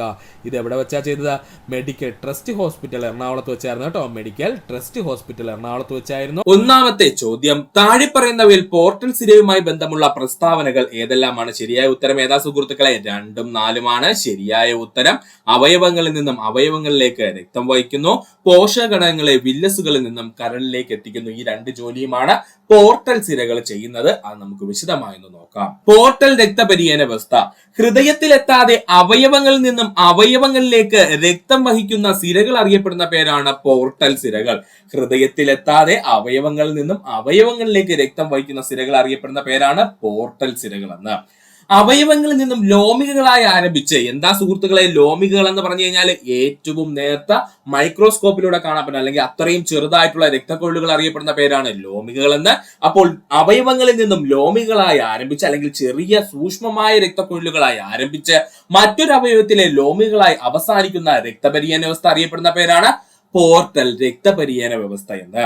പോർട്ടൽ സിരകൾ ഉൾപ്പെടുന്ന രക്തപരിചയ വ്യവസ്ഥയാണ് പോർട്ടൽ വ്യവസ്ഥ. പോർട്ടൽ സിരകൾ ഉൾപ്പെടുന്ന രക്തപരിചയ വ്യവസ്ഥ അറിയപ്പെടുന്ന പേരെന്താണ്? പോർട്ടൽ രക്തപരിചയ വ്യവസ്ഥ എന്നാണ്. പോർട്ടൽ സിരകളിൽ അനുഭവപ്പെടുന്ന ഉയർന്ന രക്തസമ്മർദ്ദം അറിയപ്പെടുന്ന പേരാണ് പോർട്ടൽ ഹൈപ്പർ ടെൻഷൻ എന്ന്. പോർട്ടൽ സിരകളിൽ അനുഭവപ്പെടുന്ന ഉയർന്ന രക്തസമ്മർദ്ദം അറിയപ്പെടുന്ന പേരാണ് പോർട്ടൽ ഹൈപ്പർ ടെൻഷൻ എന്ന്. പോർട്ടൽ രക്തപരിചയ വ്യവസ്ഥയിൽ രക്തം ശുദ്ധീകരിക്കുവാൻ എത്തുന്ന അവയവം കരളാണ്. പഠിച്ചോളനെ, പോർട്ടൽ രക്തപരിചയ വ്യവസ്ഥയിൽ രക്തം ശുദ്ധീകരിക്കുവാൻ എത്തുന്ന അവയവം എന്ന് ചോദിച്ചു കഴിഞ്ഞാൽ അത് കരളാണ്. ഒന്നുകൂടി പറയാം സുഹൃത്തുക്കളെ, ശ്രദ്ധിക്കുക. പോർട്ടൽ രക്തപരിചയ വ്യവസ്ഥയെ പറ്റിയാണ് നമ്മൾ പറഞ്ഞത്. ഹൃദയത്തിലെത്താതെ അവയവങ്ങളിൽ നിന്നും അവയവങ്ങളിലേക്ക് രക്തം വഹിക്കുന്ന സിരകളാണ് പോർട്ടൽ സിരകൾ എന്ന പേരിൽ അറിയപ്പെടുന്നത്. അവയവങ്ങളിൽ നിന്നും ലോമികൾ അഥവാ ചെറു രക്തക്കൊഴലുകളായി ആരംഭിച്ച് മറ്റൊരു അവയവത്തിൽ ലോമികളായി അവസാനിക്കുന്ന രക്തപരിചയ വ്യവസ്ഥയാണ് പോർട്ടൽ രക്തപരിചയ വ്യവസ്ഥ. പോർട്ടൽ സിരകൾ ഉൾപ്പെടുന്ന രക്തപരിചയ വ്യവസ്ഥ അറിയപ്പെടുന്ന പേര് പോർട്ടൽ രക്തപരിചയ വ്യവസ്ഥ എന്നാണ്, അല്ലെങ്കിൽ പോർട്ടൽ വ്യവസ്ഥ എന്ന പേരിൽ. പോർട്ടൽ സിരകൾ ഉൾപ്പെടുന്ന രക്തപരിചയ വ്യവസ്ഥ അറിയപ്പെടുന്ന പേരാണ് പോർട്ടൽ രക്തപരിചയ വ്യവസ്ഥ. പോർട്ടൽ സിരകൾ അനുഭവപ്പെടുന്ന ഉയർന്ന രക്തസമ്മർദ്ദം അറിയപ്പെടുന്ന പേരാണ് പോർട്ടൽ ഹൈപ്പർ ടെൻഷൻ എന്ന്. എന്താണ് പോർട്ടൽ ഹൈപ്പർ ടെൻഷൻ എന്ന്? പോർട്ടൽ രക്തപരിചയ വ്യവസ്ഥയിൽ രക്തം ശുദ്ധീകരിക്കുവാൻ എത്തുന്ന അവയവം ചോദിച്ചാൽ ഏതാണ്? കരളാണ്. അടുത്തതാണ് ഹെപ്പാറ്റിക് പോർട്ടൽ വ്യവസ്ഥ. എന്താണ് ഹെപ്പാറ്റിക് പോർട്ടൽ വ്യവസ്ഥ? ദഹനനാളത്തിൽ നിന്നും കരളിലേക്ക് രക്തം കൊണ്ടുപോകുന്ന സിരകളുടെ സംവിധാനമാണ് ഹെപ്പാറ്റിക് പോർട്ടൽ സിസ്റ്റം എന്നറിയപ്പെടുന്നത്. ദഹനനാളത്തിൽ നിന്നും കരളിലേക്ക് രക്തം കൊണ്ടുപോകുന്ന സിരകളുടെ സംവിധാനം അറിയപ്പെടുന്ന പേരാണ് ഹെപ്പാറ്റിക് പോർട്ടൽ സിസ്റ്റം എന്നറിയപ്പെടുന്നത്. പോർട്ടൽ വെയിൻ സിസ്റ്റം എന്ന പേരിൽ അറിയപ്പെടുന്നത് ഹെപ്പാറ്റിക് പോർട്ടൽ വ്യവസ്ഥയാണ്. പഠിച്ചോളനെ. പോർട്ടൽ വെനസ് സിസ്റ്റം എന്ന പേരിൽ അറിയപ്പെടുന്നത് ഹെപ്പാറ്റിക് പോർട്ടൽ വ്യവസ്ഥയാണ്. പഠിച്ചോളനെ. പോർട്ടൽ വെനസ് സിസ്റ്റം എന്ന പേരിൽ അറിയപ്പെടുന്നത് ആരെന്ന് ചോദിച്ചാൽ അത് ഹെപ്പാറ്റിക് പോർട്ടൽ വ്യവസ്ഥയാണ്. പോർട്ടൽ വെനസ് സിസ്റ്റം എന്നറിയപ്പെടുന്നത് ആരെന്ന് ചോദിച്ചാൽ ആരാണ്? അത് ഹെപ്പാറ്റിക് പോർട്ടൽ വ്യവസ്ഥയാണ്. വയറിനുള്ളിൽ കാണപ്പെടുന്ന ഏറ്റവും വലിയ സിര എന്ന് ചോദിച്ചു കഴിഞ്ഞാൽ അത് ഹെപ്പാറ്റിക് പോർട്ടൽ സിരയാണ്. പഠിച്ചോളനെ, ഉറപ്പായിട്ടും ചോദിക്കും. വയറിനുള്ളിൽ കാണപ്പെടുന്ന ഏറ്റവും വലിയ സിര എന്ന് ചോദിച്ചാൽ അത് ഹെപ്പാറ്റിക് പോർട്ടൽ സിരയാണ്. പ്ലീഹയിൽ നിന്നും ദഹനനാളത്തിൽ നിന്നും രക്തം കരളിലേക്ക് എത്തിക്കുന്ന സിരകളാണ് ഹെപ്പാറ്റിക് സിരകൾ. പഠിച്ചോളനെ. പ്ലീഹയിൽ നിന്നും ദഹനനാളത്തിൽ നിന്നും രക്തം കരളിലേക്ക് എത്തിക്കുന്ന സിരകൾ അറിയപ്പെടുന്ന പേരാണ് ഹെപ്പാറ്റിക് സിരകൾ എന്ന്. ഇനി ഇവിടെ സുഹൃത്തുക്കൾക്ക് ഒരു കൺഫ്യൂഷൻ ഉണ്ടായിരിക്കും, അതങ്ങ് ക്ലിയർ ചെയ്ത് നമുക്ക് പോവാം.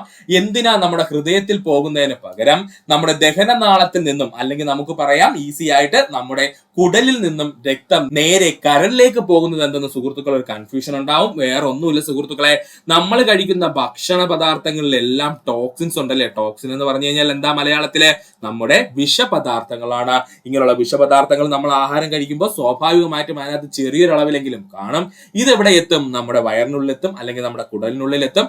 ഈ കുടലിനുള്ളിൽ നിന്നും ഈ പറയുന്ന വിഷപദാർത്ഥം അടങ്ങിയ പോഷകഘടകങ്ങളെ നേരെ നമ്മുടെ രക്തത്തിലോട്ട് വിട്ടാൽ എന്താ സംഭവിക്കുന്നത്, അല്ലെങ്കിൽ നമ്മുടെ ഹൃദയത്തിലോട്ട് വിട്ടാൽ എന്താ സംഭവിക്കുന്നത്, നമ്മുടെ ഹൃദയത്തിനുള്ളിൽ എത്തുകയും അത് നമ്മുടെ ശരീരത്തിലെ പല അവയവങ്ങളിലേക്കും ചെല്ലുകയും ചെയ്യും. ഇത് അവയവങ്ങൾക്ക് തകരാറുണ്ടാകുന്നതിന് കാരണവുമാവും കേട്ടോ.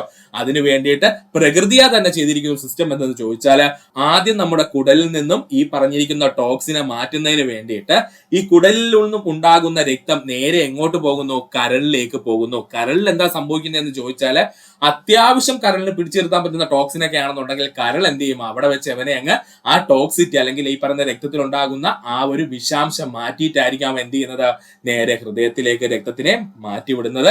അതുകൊണ്ട് തന്നെ ഹൃദയത്തിൽ നിന്ന് പിന്നെ നമ്മുടെ ശരീരത്തിന്റെ ഏത് ഭാഗത്തേക്ക് പോയാലും ആ രക്തത്തിന് ഒരുപാട് ടോക്സിറ്റി എന്ന് പറയുന്ന സാധനം അല്ലെങ്കിൽ വിഷമയമായിരിക്കൂല. ഇതിന് വേണ്ടിയിട്ടാണ് എന്ത് ചെയ്യുന്നത്, ഈ പറഞ്ഞിരിക്കുന്ന ഹെപ്പാറ്റിക് പോർട്ടൽ വ്യവസ്ഥ എന്ന് പറയുന്ന സംഭവം നമ്മുടെ ശരീരത്തിൽ ഉണ്ടാക്കി വെച്ചിരിക്കുന്ന ആ സുഹൃത്തുക്കളൊന്ന് ഓർത്തു വെക്കണം കേട്ടോ. അല്ലെങ്കിൽ ഈ പോർട്ടൽ രക്തപരിചരണ വ്യവസ്ഥ ഉണ്ടാക്കി വെച്ചിരിക്കുന്നത് കാരണം എന്തെന്ന് ചോദിച്ചാലും ഇത് തന്നെയാണ്, ഒന്ന് ഓർക്കുക. അപ്പൊ ഒന്നുകൂടി പറയാം സുഹൃത്തുക്കളെ, ശ്രദ്ധിക്കുക. ഹെപ്പാറ്റിക് പോർട്ടൽ വ്യവസ്ഥ എന്ന് ചോദിച്ചാൽ ദഹനനാളത്തിൽ നിന്നും കരളിലേക്ക് രക്തം കൊണ്ടുപോകുന്ന സിരകളുടെ സംവിധാനം അറിയപ്പെടുന്ന പേരാണ് ഹെപ്പാറ്റിക് പോർട്ടൽ സിസ്റ്റം. എന്താ പോർട്ടൽ വെനസ് സിസ്റ്റം എന്ന പേരിൽ അറിയപ്പെടുന്നത് എന്ന് ചോദിച്ചാൽ അത് ഹെപ്പാറ്റിക് പോർട്ടൽ വ്യവസ്ഥയാണ്. വയറിനുള്ളിൽ കാണപ്പെടുന്ന ഏറ്റവും വലിയ സിര എന്ന് ചോദിച്ചാൽ അത് ഹെപ്പാറ്റിക് പോർട്ടൽ സിരയാണ്. പ്ലീഹയിൽ നിന്നും ദഹനനാളത്തിൽ നിന്നും രക്തം കരളിലേക്ക് എത്തിക്കുന്ന സിരകളാണ് ഹെപ്പാറ്റിക് സിരകൾ. പഠിക്കുക. ആറാമത്തെ ചോദ്യം, രോഗകാരികളായ സൂക്ഷ്മജീവികളുടെ മരുന്നുകളോടുള്ള അതിജീവന ശേഷിക്കെതിരെ പോരാടാൻ ലക്ഷ്യം വെച്ച് കേരളത്തിൽ നടപ്പിലാക്കിയ കർമ്മ പദ്ധതിയുടെ പേരെന്തെന്നാണ് ഉത്തരം ചോദിച്ചാൽ KARSAP എന്നാണ് കേട്ടോ, അല്ലെങ്കിൽ കർസാപ്പ് എന്നറിയപ്പെടും കേട്ടോ. രോഗകാരികളായ സൂക്ഷ്മജീവികളുടെ മരുന്നുകളോടുള്ള അതിജീവന ശേഷിക്കെതിരെ പോരാടാൻ ലക്ഷ്യം വെച്ച് കേരളത്തിൽ നടപ്പിലാക്കിയ കർമ്മ പദ്ധതിയുടെ പേരെന്താണ്, കർസാപ്പ് എന്നാണ്. എന്ന് പറഞ്ഞാൽ വേറൊന്നുമില്ല, ഒരുപാട് നമ്മൾ പുതിയ മെഡിസിൻസ് ഒക്കെ കൊണ്ടുവരുന്ന സമയത്ത് ഈ രോഗകാരികളായിട്ടുള്ള സൂക്ഷ്മജീവികൾക്ക് എന്ത് സംഭവിക്കും, അതിലേക്ക് അതിജീവിച്ചു തുടങ്ങും, അല്ലെങ്കിൽ നമ്മൾ കൊടുക്കുന്ന മരുന്നിനെ റിയാക്ട് ചെയ്യാത്ത ഒരു അവസ്ഥയിലേക്ക് വരും. ഇങ്ങനെ വന്നു കഴിയുമ്പോഴത്തേക്കും പിന്നെ കൂടുതൽ ഡോസ് ഉള്ള മരുന്നുകൾ നമ്മൾ ഉണ്ടാക്കേണ്ടി വരും. അപ്പൊ അതിനെതിരെയായിട്ട് അല്ലെങ്കിൽ ഈ രോഗകാരികളായ സൂക്ഷ്മജീവികൾ മരുന്നുകളോട് കാണിക്കുന്ന അതിജീവന ശേഷിക്കെതിരെ പോരാടാനായിട്ട് നമ്മുടെ കേരള ഗവൺമെന്റ് നടപ്പിലാക്കിയ കർമ്മ പദ്ധതിയുടെ പേരാണ് കർസാപ്പ് എന്ന്. KARSAP അഥവാ കർസാപ്പ്. കർസാപ്പ് പദ്ധതി ആരംഭിച്ച വർഷം 2018 ഒക്ടോബർ 25. പഠിച്ചോളനെ, ഇമ്പോർട്ടന്റ് ആണ്. കർസാപ്പ് പദ്ധതി ആരംഭിച്ച വർഷം 2018 ഒക്ടോബർ 25. കർസാപ്പിന്റെ പൂർണ്ണരൂപം ചോദിച്ചാൽ Kerala anti microbial resistance strategic action plan എന്നാണ്. പഠിച്ചോളനെ, കർസാപ്പിന്റെ പൂർണ്ണരൂപം ചോദിച്ചു കഴിഞ്ഞാൽ Kerala anti microbial resistance strategic action plan എന്നാണ്. കർസാപ്പുമായി സഹകരിക്കുന്ന സ്ഥാപനങ്ങളാണ് ലോകാരോഗ്യ സംഘടന, ആരോഗ്യം, മൃഗസംരക്ഷണം, ഫിഷറീസ്, കൃഷി, പരിസ്ഥിതി വകുപ്പുകൾ. പഠിച്ചോളനെ, ഏറ്റവും ഇമ്പോർട്ടന്റ് ആണ്. കർസാപ്പുമായിട്ട് സഹകരിക്കുന്ന സ്ഥാപനങ്ങൾ ചോദിച്ചാൽ ഏറ്റവും ഇമ്പോർട്ടന്റ് വേൾഡ് ഹെൽത്ത് ഓർഗനൈസേഷൻ അല്ലെങ്കിൽ നമ്മുടെ WHO അഥവാ ലോകാരോഗ്യ സംഘടന, അതുപോലെ തന്നെ നമ്മുടെ കേരളത്തിലെ ആരോഗ്യം, മൃഗസംരക്ഷണം, ഫിഷറീസ്, കൃഷി, പരിസ്ഥിതി എന്നീ വകുപ്പുകളും ചേർന്നാണ് നമ്മുടെ കർസാപ്പിന് സഹകരിക്കുന്നത്. കർസാപ്പിന്റെ ലക്ഷ്യം ആന്റിബയോട്ടിക്കുകളുടെ അമിത ഉപയോഗം മൂലമുണ്ടാകുന്ന പാർശ്വഫലങ്ങൾ നേരിടുന്നതിന് ആരോഗ്യ പ്രവർത്തകരെയും ജനങ്ങളെയും സജ്ജമാക്കുക എന്നതാണ്. കർസാപ്പിന്റെ ലക്ഷ്യം എന്താണ്? ആന്റിബയോട്ടിക്കുകളുടെ അമിത ഉപയോഗം മൂലമുണ്ടാകുന്ന പാർശ്വഫലങ്ങൾ നേരിടുന്നതിന് ആരോഗ്യ പ്രവർത്തകരെയും ജനങ്ങളെയും സജ്ജമാക്കുക എന്നതാണ്. ഇതുകൂടെ ഒന്ന് പഠിച്ചു വെക്കുക. ഒന്നുകൂടി പറയാം സുഹൃത്തുക്കളെ, ശ്രദ്ധിക്കുക. കർസാപ്പിനെ പറ്റിയാണ് നമ്മൾ പറഞ്ഞത്. കർസാപ്പിന്റെ പദ്ധതി ആരംഭിച്ച വർഷം ചോദിച്ചാൽ അത് 2018 ഒക്ടോബർ മാസം 25 കർസാപ്പിന്റെ പൂർണ്ണരൂപം ചോദിച്ചാൽ Kerala anti microbial resistance strategic action plan എന്നാണ്. കർസാപ്പ് സഹകരിക്കുന്ന സ്ഥാപനങ്ങൾ ചോദിച്ചാൽ ഒന്ന് WHO, most important world health organization, അതുപോലെ ആരോഗ്യം, മൃഗസംരക്ഷണം, ഫിഷറീസ്, കൃഷി, പരിസ്ഥിതി വകുപ്പുകൾ. ഈ വകുപ്പുകളെല്ലാം ചേർന്നുകൊണ്ടാണ് നമ്മുടെ കർസാപ്പുമായിട്ട് സഹകരിക്കുന്നത്. കർസാപ്പിന്റെ ലക്ഷ്യം ചോദിച്ചാൽ ആന്റിബയോട്ടിക്കുകളുടെ അമിത ഉപയോഗം മൂലമുണ്ടാകുന്ന പാർശ്വഫലങ്ങൾ നേരിടുന്നതിന് ആരോഗ്യ പ്രവർത്തകരെയും ജനങ്ങളെയും സജ്ജമാക്കുക എന്നതാണ്. സസ്യകോശങ്ങളുടെ തൊട്ടടുത്തുള്ള കോശങ്ങളെ ബന്ധിപ്പിക്കുന്ന കോശദ്രവ്യ പാത ഏതാണ്? ഉത്തരം എന്താണ്? പ്ലാസ്മോഡെസ്മേറ്റയാണ് കേട്ടോ. നമ്മുടെ +1 ടെക്സ്റ്റ് ബുക്കിൽ നിന്ന് ചോദിച്ചതാണ്. എന്തിനാ ഭാഗത്തുനിന്ന് ചോദ്യം വന്നു എന്ന് നമുക്കറിയില്ല. നമ്മുടെ സിലബസിൽ പറഞ്ഞിട്ടില്ലാത്ത പോയിന്റ് ആണ്. പക്ഷെ PSC എടുത്ത് ചോദിച്ചിട്ടുണ്ട്. ഇത് കൃത്യമായിട്ട് നിങ്ങൾക്ക് കാണണമെന്നുണ്ടെങ്കിൽ നമ്മുടെ +1 SCERT ടെക്സ്റ്റ് ബുക്കിനകത്ത് 4ാമത്തെ ചാപ്റ്റർ നോക്കിയാൽ കാണാൻ പറ്റും. അപ്പോൾ സസ്യകോശങ്ങളെ തൊട്ടടുത്തുള്ള കോശങ്ങളെ തമ്മിൽ ബന്ധിപ്പിക്കുന്ന കോശദ്രവ്യ പാത എന്ന് ചോദിച്ചാൽ അത് പ്ലാസ്മോഡെസ്മേറ്റയാണ്. പ്ലാസ്മോഡെസ്മാറ്റ സസ്യകോശങ്ങളെ തമ്മിൽ ബന്ധിപ്പിക്കുന്ന കോശദ്രവ്യപാത അറിയപ്പെടുന്ന പേരാണ് പ്ലാസ്മോഡെസ്മാറ്റ. സസ്യകോശങ്ങളെ തമ്മിൽ ബന്ധിപ്പിക്കുന്ന കോശദ്രവ്യപാത അറിയപ്പെടുന്ന പേരാണ് പ്ലാസ്മോഡെസ്മാറ്റ. കോശങ്ങൾക്കിടയിൽ ഊർജ കൈമാറ്റവും ആശയവിനിമയവും നടക്കുന്നത് പ്ലാസ്മോഡെസ്മാറ്റ വഴിയാണ്.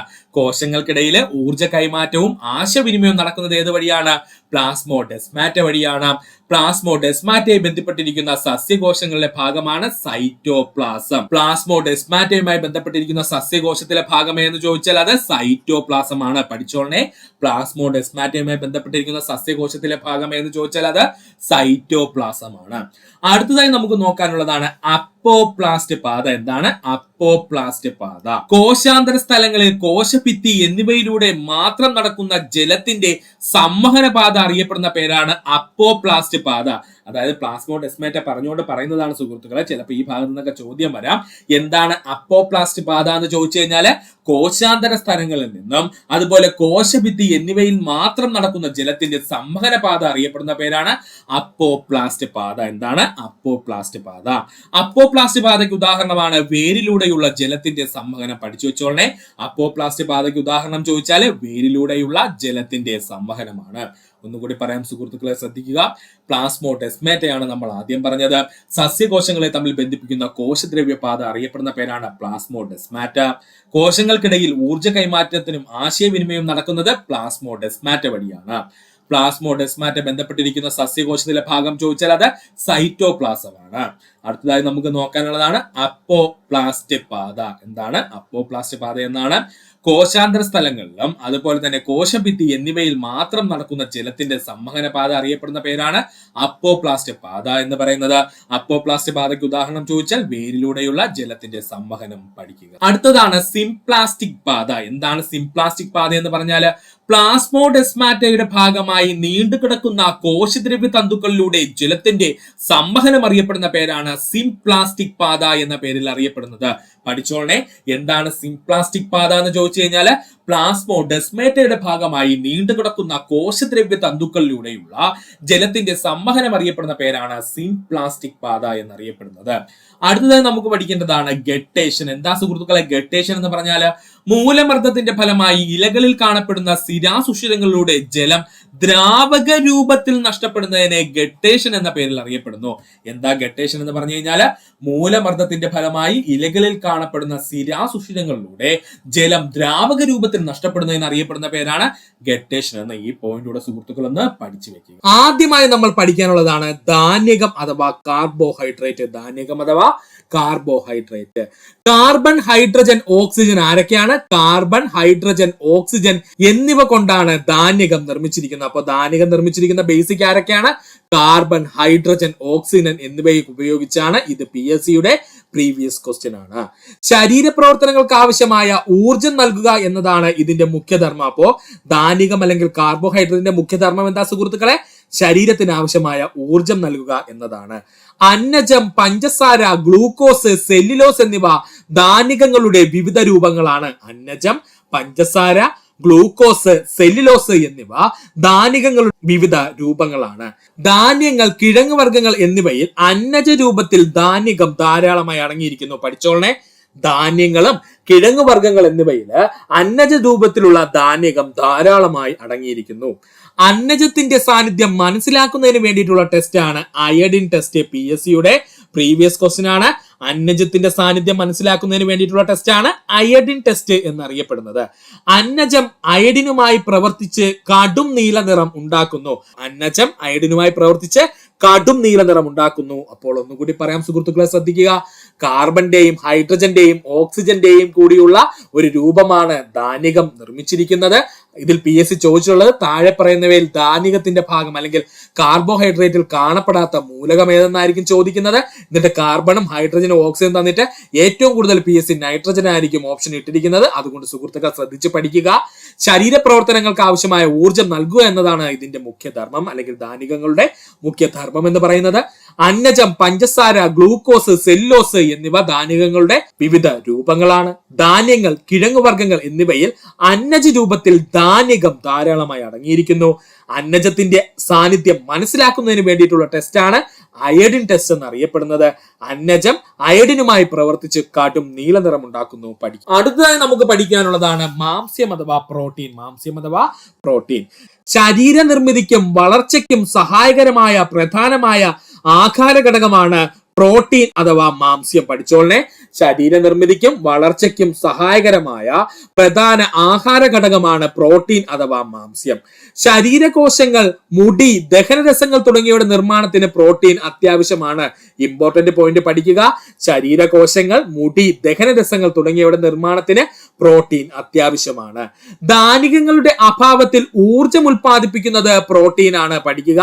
ധാന്യങ്ങളുടെ അഭാവത്തിൽ ഊർജം ഉൽപ്പാദിപ്പിക്കുന്ന രോഗിമാർക്കുണ്ട് പ്രോട്ടീൻ അല്ലെങ്കിൽ മാംസ്യത്തിനുണ്ട്. Hydrogen, carbon, oxygen, nitrogen, sulphur എന്നിവയാണ് പ്രോട്ടീനിൽ അടങ്ങിയിരിക്കുന്ന പ്രധാന മൂലകങ്ങൾ. പഠിച്ചോളെ, hydrogen, carbon, oxygen, nitrogen, sulphur എന്നിവയാണ് പ്രോട്ടീനിൽ അടങ്ങിയിരിക്കുന്ന പ്രധാനപ്പെട്ട മൂലകങ്ങൾ. ഒരാളുടെ ശരീരഭാരത്തിനനുസരിച്ച് ഓരോ കിലോഗ്രാമിനും 1 ഗ്രാം എന്ന തോതിൽ പ്രോട്ടീൻ ഓരോ ദിവസവും ഭക്ഷണത്തിൽ ലഭിക്കണം. ഇമ്പോർട്ടന്റ് പോയിന്റ് ആണ്, പഠിച്ചോളെ. ഒരാളുടെ ശരീരഭാരത്തിനനുസരിച്ച് 1 കിലോഗ്രാമിന് 1 ഗ്രാം എന്ന തോതില് പ്രോട്ടീൻ ഓരോ ദിവസവും ഭക്ഷണത്തിൽ ലഭിക്കണം.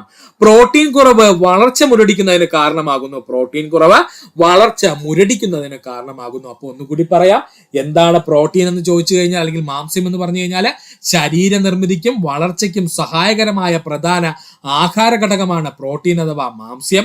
ശരീരകോശങ്ങൾ, മുടി, ദഹനരസങ്ങൾ തുടങ്ങിയവയുടെ നിർമ്മാണത്തിന് പ്രോട്ടീൻ അത്യാവശ്യമാണ്. ധാന്യങ്ങളുടെ അഭാവത്തിൽ ഊർജം ഉൽപ്പാദിപ്പിക്കുന്നത് പ്രോട്ടീൻ ഉപയോഗിച്ചാണ്. Hydrogen, carbon, oxygen, nitrogen, sulphur എന്നിവയാണ് പ്രോട്ടീനിൽ അടങ്ങിയിരിക്കുന്നത്. ഒരാളുടെ ശരീരഭാരത്തിനനുസരിച്ച് 1 കിലോഗ്രാമിന് 1 ഗ്രാം എന്ന തോതിൽ പ്രോട്ടീൻ ഓരോ ദിവസവും ഭക്ഷണത്തിൽ ലഭിക്കണം. പ്രോട്ടീന്റെ കുറവ് വളർച്ച മുരടിക്കുന്നതിന് കാരണമാകുന്നു. പഠിക്കുക. അടുത്തതാണ് ക്യോഷിയോക്കർ എന്ന രോഗം. പ്രോട്ടീന്റെ അഭാവം മൂലമുണ്ടാകുന്ന ഒരു രോഗമാണ് ക്യോഷിയോക്കർ. ഇത് ബാധിച്ചവരുടെ ശരീരത്തിൽ ശോഷിച്ചും വയർ വീർത്തും ഇരിക്കുന്നു. പഠിക്കുക. പ്രോട്ടീന്റെ അഭാവം മൂലം ഉണ്ടാകുന്ന ഒരു രോഗമാണ് ക്യോഷിയോക്കർ. ഇത് ബാധിച്ചവരുടെ ശരീരം ശോഷിച്ചും വയർ വീർത്തും ഇരിക്കുന്നു. പ്രോട്ടീൻ ഏറ്റവും കൂടുതൽ ലഭിക്കുന്ന ഭക്ഷ്യവസ്തു ചോദിച്ചാൽ ചെറുപയറാണ്. പഠിച്ചോളനെ, അല്ലെങ്കിൽ പയറെന്നാണ് PSC പ്രീവിയസ് ആയി ചോദിച്ചത്. പ്രോട്ടീൻ അല്ലെങ്കിൽ മാംസ്യം ഏറ്റവും കൂടുതൽ ലഭിക്കുന്ന ഭക്ഷ്യവസ്തു ചോദിച്ചു കഴിഞ്ഞാൽ അത് ചെറുപയറാണ്. 100 ഗ്രാം ചെറുപയറിൽ 24 ഗ്രാം പ്രോട്ടീൻ അടങ്ങിയിരിക്കുന്നു. പഠിക്കുക. 100 ഗ്രാം ചെറുപയറിലെ 24 ഗ്രാം പ്രോട്ടീൻ അടങ്ങിയിരിക്കുന്നു. രണ്ടാമത് ഏറ്റവും കൂടുതൽ പ്രോട്ടീൻ കാണപ്പെടുന്നത് താറാവിറച്ചിയിലാണ്. 100 ഗ്രാം താറാവിറച്ചിയിൽ 21.6 ഗ്രാം പ്രോട്ടീൻ അടങ്ങിയിരിക്കുന്നു. ഇതൊക്കെ നമ്മുടെ ടെക്സ്റ്റ് ബുക്കിലുള്ളതാണേ. താറാവിറച്ചിയില് 100 ഗ്രാം താറാവിറച്ചിയിൽ 21.6 ഗ്രാം പ്രോട്ടീൻ അടങ്ങിയിരിക്കുന്നു. കോഴിമുട്ടയിലെ പ്രോട്ടീന്റെ അളവ് 13.3 ഗ്രാം ആണ്. പഠിച്ചോളുക. കോഴിമുട്ടയിലെ പ്രോട്ടീന്റെ അളവ് എത്രയാണ്? 13.3 ഗ്രാം ആണ്. ഏറ്റവും കുറഞ്ഞ പ്രോട്ടീൻ അടങ്ങിയിരിക്കുന്ന ഭക്ഷണ വസ്തു പശുവിന്റെ പാലാണ്. പശുവിൻ പാലിലെ പ്രോട്ടീന്റെ അളവ് 3.2 ഗ്രാം ആണ്. അതായത് 100 ഗ്രാം പശുവിൻ പാൽ എടുത്തു കഴിഞ്ഞാൽ അതിൽ പ്രോട്ടീന്റെ അളവ് എത്രയാണ്? 3.2 ഗ്രാം ആയിരിക്കും. പ്രോട്ടീൻ തിരിച്ചറിയാൻ ഉപയോഗിക്കുന്ന മിശ്രിതമാണ് 1% വീര്യമുള്ള സോഡിയം ഹൈഡ്രോക്സൈഡും അതിനോടൊപ്പം ആരെയും കൂടെ ചേർത്ത് കൊടുക്കണം, 1% വീര്യമുള്ള കോപ്പർ സൾഫേറ്റ് ലായനിയും. 1% വീര്യമുള്ള സോഡിയം ഹൈഡ്രോക്സൈഡിനൊപ്പം 1% വീര്യമുള്ള കോപ്പർ സൾഫേറ്റ് ലായനിയും കൂടെ ചേർത്തിട്ട് അതിന് നമുക്ക് ഏത് ഭക്ഷണ പദാർത്ഥമാണോ പ്രോട്ടീൻ ഉണ്ടോ ടെസ്റ്റ് ചെയ്യാനുള്ള ആ ഭക്ഷണ പദാർത്ഥത്തെ ചേർത്തിട്ട് മിക്സ് ചെയ്യുക. അപ്പോൾ ലായനിയുടെ നിറം വയലറ്റ് നിറമായാൽ അവിടെ പ്രോട്ടീന്റെ സാന്നിധ്യം മനസ്സിലാക്കാം. നിറം എന്തായിട്ട് മാറണം? ലായനിയുടെ നിറം വയലറ്റ് നിറമായി കഴിഞ്ഞാൽ അത് പ്രോട്ടീന്റെ സാന്നിധ്യം മനസ്സിലാക്കാം. സുഹൃത്തുക്കളെ, പഠിക്കുക. അടുത്തതായി നമുക്ക് പഠിക്കുവാനുള്ളതാണ് കൊഴുപ്പ്. നമ്മുടെ ശരീരത്തിൽ ഏറ്റവും കുറഞ്ഞ അളവിൽ ആവശ്യമായിട്ടുള്ള ആഹാര ഘടകങ്ങളിൽ ഒന്നാണ് കൊഴുപ്പ്. പഠിച്ചോളനെ, നമ്മുടെ ശരീരത്തിലെ ഏറ്റവും കുറഞ്ഞ അളവിൽ ആവശ്യമായിട്ടുള്ള ആഹാര ഘടകങ്ങളിൽ ഒന്നാണ് കൊഴുപ്പ്. മാംസം, മത്സ്യം, പാൽ ഉൽപ്പന്നങ്ങൾ, മുട്ട, വിവിധ ഇനം പരിപ്പുകൾ എന്നിവയിൽ കൊഴുപ്പടങ്ങിയിരിക്കുന്നു. മാംസം, മത്സ്യം, പാൽ ഉൽപ്പന്നങ്ങൾ, മുട്ട, വിവിധതരം പരിപ്പുകൾ എന്നിവയിൽ കൊഴുപ്പടങ്ങിയിരിക്കുന്നു. വിവിധതരം എണ്ണകൾ, നെയ്യ് തുടങ്ങിയ പല ഭക്ഷ്യവസ്തുക്കളിൽ നിന്നും വേർതിരിച്ചെടുക്കുന്നത് കൊഴുപ്പാണ്. വിവിധതരം എണ്ണകള്, നെയ്യ് തുടങ്ങിയ പല വസ്തുക്കളിൽ നിന്നും എന്താണ് വേർതിരിച്ചെടുക്കുന്നത്? കൊഴുപ്പാണ്. കാർബോഹൈഡ്രേറ്റിനെ പോലെ കൊഴുപ്പും ഊർജം പ്രദാനം ചെയ്യുന്നു. കാർബോഹൈഡ്രേറ്റിനെ പോലെ തന്നെ കൊഴുപ്പും ഊർജം പ്രദാനം ചെയ്യുന്നു. ചില വൈറ്റമിനുകൾ കൊഴുപ്പിൽ മാത്രമേ ലയിക്കുകയുള്ളൂ. ചില വൈറ്റമിനുകൾ കൊഴുപ്പിൽ മാത്രമേ ലയിക്കുകയുള്ളൂ. ഈ വൈറ്റമിനുകൾ ലഭിക്കണമെങ്കിൽ ഭക്ഷണത്തിൽ കൊഴുപ്പ് ഉൾപ്പെടുത്തേണ്ടതുണ്ട്. ഈ വൈറ്റമിനുകൾ നമുക്ക് ലഭിക്കണമെങ്കിൽ ഭക്ഷണത്തിൽ നമ്മൾ കൊഴുപ്പ് ഉൾപ്പെടുത്തേണ്ടതുണ്ട്. കൊഴുപ്പുകൾ പ്രധാനമായും സസ്യജന്യവും ജന്തുജന്യവുമുണ്ട്. കൊഴുപ്പുകൾ പ്രധാനമായിട്ടും സസ്യജന്യ കൊഴുപ്പുകളുമുണ്ട്, ജന്തുജന്യ കൊഴുപ്പുകളുമുണ്ട്. ഉയർന്ന ഊർജം പ്രദാനം ചെയ്യുന്നവയാണ് കൊഴുപ്പുകൾ. ഇമ്പോർട്ടന്റ് പോയിന്റ് ആണ്. ഉയർന്ന ഊർജം പ്രദാനം ചെയ്യുന്നവയാണ് കൊഴുപ്പുകൾ. 1 ഗ്രാം കൊഴുപ്പിൽ നിന്നും 9 കിലോ കാലറി ഊർജമാണ് ഉൽപ്പാദിപ്പിക്കുന്നത്. പഠിച്ചോളനെ, ഇമ്പോർട്ടന്റ് ആണ്. 1 ഗ്രാം കൊഴുപ്പിൽ നിന്നും 9 കിലോ കാലറി ഊർജമാണ് ലഭിക്കുന്നത്. മനുഷ്യ ശരീരത്തിന് ആവശ്യമായ 15% മുതൽ 30% വരെയുള്ള ഊർജം മാത്രമേ കൊഴുപ്പിൽ നിന്നും സ്വീകരിക്കാവൂ. ഇമ്പോർട്ടന്റ് പോയിന്റ് ആണ്. മനുഷ്യ ശരീരത്തിന് ആവശ്യമായിട്ടുള്ള 15% മുതൽ 30% വരെയുള്ള ഊർജം മാത്രമേ കൊഴുപ്പിൽ നിന്ന് നമ്മൾ സ്വീകരിക്കുവാൻ പാടുള്ളൂ. പഠിക്കുക. അടുത്തതായി നമുക്ക് പഠിക്കുവാനുള്ളതാണ് കൊഴുപ്പും കൊളസ്ട്രോളും. നമ്മൾ പലരുടെയും പേടി സ്വപ്നമായിട്ടുള്ള കൊഴുപ്പും കൊളസ്ട്രോളിനെയും പറ്റിയാണ് നമ്മൾ ഇനി നോക്കാൻ പോകുന്നത്. സുഹൃത്തുക്കൾ ശ്രദ്ധിച്ചിരിക്കുക. കൊഴുപ്പിന്റെ രൂപാന്തരമാണ് കൊളസ്ട്രോള്. കൊഴുപ്പിന്റെ മറ്റൊരു രൂപാന്തരമാണ് കൊളസ്ട്രോൾ എന്ന് പറയുന്നത്. ഭക്ഷണത്തിൽ നിന്നും ലഭിക്കുന്നത് കൂടാതെ ശരീരം സ്വയം കൊളസ്ട്രോൾ നിർമ്മിക്കുന്നു. ഇതാണ് പ്രശ്നം കേട്ടോ. ഭക്ഷണത്തിൽ നിന്ന് നമുക്ക് കൊളസ്ട്രോൾ ലഭിക്കുന്നതിന് ഉൾപ്പെടെ തന്നെ നമ്മുടെ മനുഷ്യ ശരീരം സ്വയം എന്ത് ചെയ്യുന്നുണ്ട്? കൊളസ്ട്രോള് നിർമ്മിക്കുന്നുമുണ്ട്. കൊളസ്ട്രോൾ അധികമായാൽ അത് രക്തക്കൊള്ളുകളുടെ ഉൽപ്പത്തിയിൽ പറ്റിപ്പിടിച്ച് രക്തത്തിന്റെ ഒഴുക്കിനെ തടസ്സപ്പെടുത്തുന്നു. ഇത് ഹൃദ്രോഗങ്ങൾക്ക് കാരണമാകുന്നു. കൊഴുപ്പടങ്ങിയ ഭക്ഷണം കൂടുതൽ കഴിക്കുന്നത് ഗുണകരമല്ല. കൊളസ്ട്രോൾ അധികമായി കഴിഞ്ഞാൽ അത് രക്തക്കൊള്ളുകളുടെ ഉൽപ്പത്തിയിൽ പറ്റിപ്പിടിച്ച് രക്തത്തിന്റെ ഒഴുക്കിനെ തടസ്സപ്പെടുത്തുന്നു. ഇത് ഹൃദ്രോഗങ്ങൾക്ക് കാരണമാകുന്നു. കൊഴുപ്പടങ്ങിയ ഭക്ഷണം കൂടുതൽ കഴിക്കുന്നത് ഗുണകരമല്ല എന്ന് പറയുന്നതിന് കാരണം ഇതാണ്.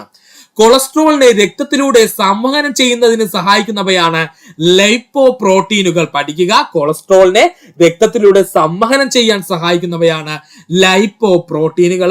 ലൈപ്പോ പ്രോട്ടീനുകൾ 2 തരമുണ്ട്, HDL ഉം LDL. ഇപ്പോൾ പല സുഹൃത്തുക്കളും ഇത് ടെസ്റ്റ് ചെയ്ത് കണ്ടവരായിരിക്കും. അപ്പോൾ ലൈപ്പോ പ്രോട്ടീനുകൾ 2 തരമുണ്ട്, HDL ഉം LDL ഉം. ചീത്ത കൊളസ്ട്രോൾ എന്നറിയപ്പെടുന്നത് LDL ഉം നല്ല കൊളസ്ട്രോൾ എന്നറിയപ്പെടുന്നത് HDL ഉമാണ്. കഴിഞ്ഞ തവണത്തെ LD-യുടെ ക്വസ്റ്റ്യൻ ആയിരുന്നു, അതുകൊണ്ട് സുഹൃത്തുക്കൾ പഠിക്കുക. പ്രീവിയസ് ആണ്. ചീത്ത കൊളസ്ട്രോൾ എന്നറിയപ്പെടുന്നത് LDL ഉം നല്ല കൊളസ്ട്രോൾ എന്നറിയപ്പെടുന്നത് HDL ഉമാണ്. മിക്ക സുഹൃത്തുക്കൾക്കും കൺഫ്യൂഷൻ ഉണ്ടാകുന്ന ഒരു പോയിന്റ് ആണ്. ഒന്നുമില്ല സുഹൃത്തുക്കളെ, HDL-ലെ H എന്ന് പറഞ്ഞു കഴിഞ്ഞാൽ ഹെൽത്തി ആണ് എന്നങ്ങ് പഠിക്കുക. HDL-ലെ H എന്ന് പറഞ്ഞു കഴിഞ്ഞാൽ ഹെൽത്തി ആണ് എന്നങ്ങ് പഠിക്കുക. അപ്പോൾ നല്ല ഹെൽത്ത് ആയിട്ടുള്ള കൊളസ്ട്രോൾ ഏതാണ്? HDL ആണ്. ചീത്ത കൊളസ്ട്രോൾ എന്ന് ചോദിച്ചാൽ അത് LDL ഉമാണ്. ഇനി കൺഫ്യൂഷൻ പാടില്ല. HDL-ലെ H എന്ന് പറഞ്ഞു കഴിഞ്ഞാൽ നല്ല കൊളസ്ട്രോളിനെ സൂചിപ്പിക്കുന്നു. പഠിക്കുക. ഭക്ഷണ പദാർത്ഥങ്ങളിലെ കൊഴുപ്പിന്റെ സാന്നിധ്യം കണ്ടെത്തുന്ന പരീക്ഷണമാണ് പേപ്പർ സ്പോട്ട് ടെസ്റ്റ്. എന്താണ് പേപ്പർ സ്പോട്ട് ടെസ്റ്റ്? എന്തിനാ ഉപയോഗിക്കുന്നത്? ഭക്ഷണ പദാർത്ഥത്തിലെ കൊഴുപ്പിന്റെ സാന്നിധ്യം കണ്ടെത്തുന്നതാണ്. വേറെ ഒന്നുമല്ല സുഹൃത്തുക്കളെ. ഒരു ഫിൽറ്റർ പേപ്പർ എടുക്കുക. ആ ഫിൽറ്റർ പേപ്പറിന്റെ മധ്യഭാഗത്തായിട്ട് നമ്മൾ എന്ത് ചെയ്യുക? കൊഴുപ്പടങ്ങിയ ഒരു ഭക്ഷണം എന്ത് ചെയ്യുക? വെക്കുക. അതിനുശേഷം ജസ്റ്റ് ഒന്ന് പ്രസ് ചെയ്തിട്ട് ആ ഭക്ഷണ പദാർത്ഥം എടുത്തു മാറ്റുക. അപ്പൊ എന്ത് ചെയ്യും? ഫിൽറ്റർ പേപ്പറിൽ എണ്ണ പറ്റിയതുപോലെ ഇങ്ങനെ എന്ത് ചെയ്യും? പാട് വീഴും. ഇത് നമ്മൾ എന്തിനു ഉപയോഗിക്കുന്നു? ഭക്ഷണ പദാർത്ഥത്തിലെ കൊഴുപ്പിന്റെ സാന്നിധ്യം കണ്ടെത്താനായിട്ട് ഉപയോഗിക്കുന്നു. അത്രേ ഉള്ളൂ കേട്ടോ സുഹൃത്തുക്കളെ. അതിനെയാണ് ഈ പേപ്പർ സ്പോട്ട് ടെസ്റ്റ് എന്നൊക്കെ പറഞ്ഞ് വലിയ വാക്കൊക്കെ വെച്ച് പറയുന്നത്. സംഭവം ഇത്രേ ഉള്ളൂ കേട്ടോ. അപ്പൊ സുഹൃത്തുക്കളെ പഠിക്കും. രക്തത്തിലെ കൊളസ്ട്രോളിന്റെ സാധാരണ അളവ് 200 mg/dl ആണ്. പഠിച്ചോളുക. രക്തത്തിലെ സാധാരണ കൊളസ്ട്രോളിന്റെ അളവ് എത്രയാണ്? 200 mg/dl ആണ്. രക്തത്തിലെ പഞ്ചസാരയുടെ സാധാരണ അളവ് 70 മുതൽ 110 mg/dl ആണ്. രക്തത്തിലെ പഞ്ചസാരയുടെ അളവ് എത്രയാ സുഹൃത്തുക്കളെ? 70 മുതൽ 110 വരെ mg/dl ആണ്. പഠിക്കുക.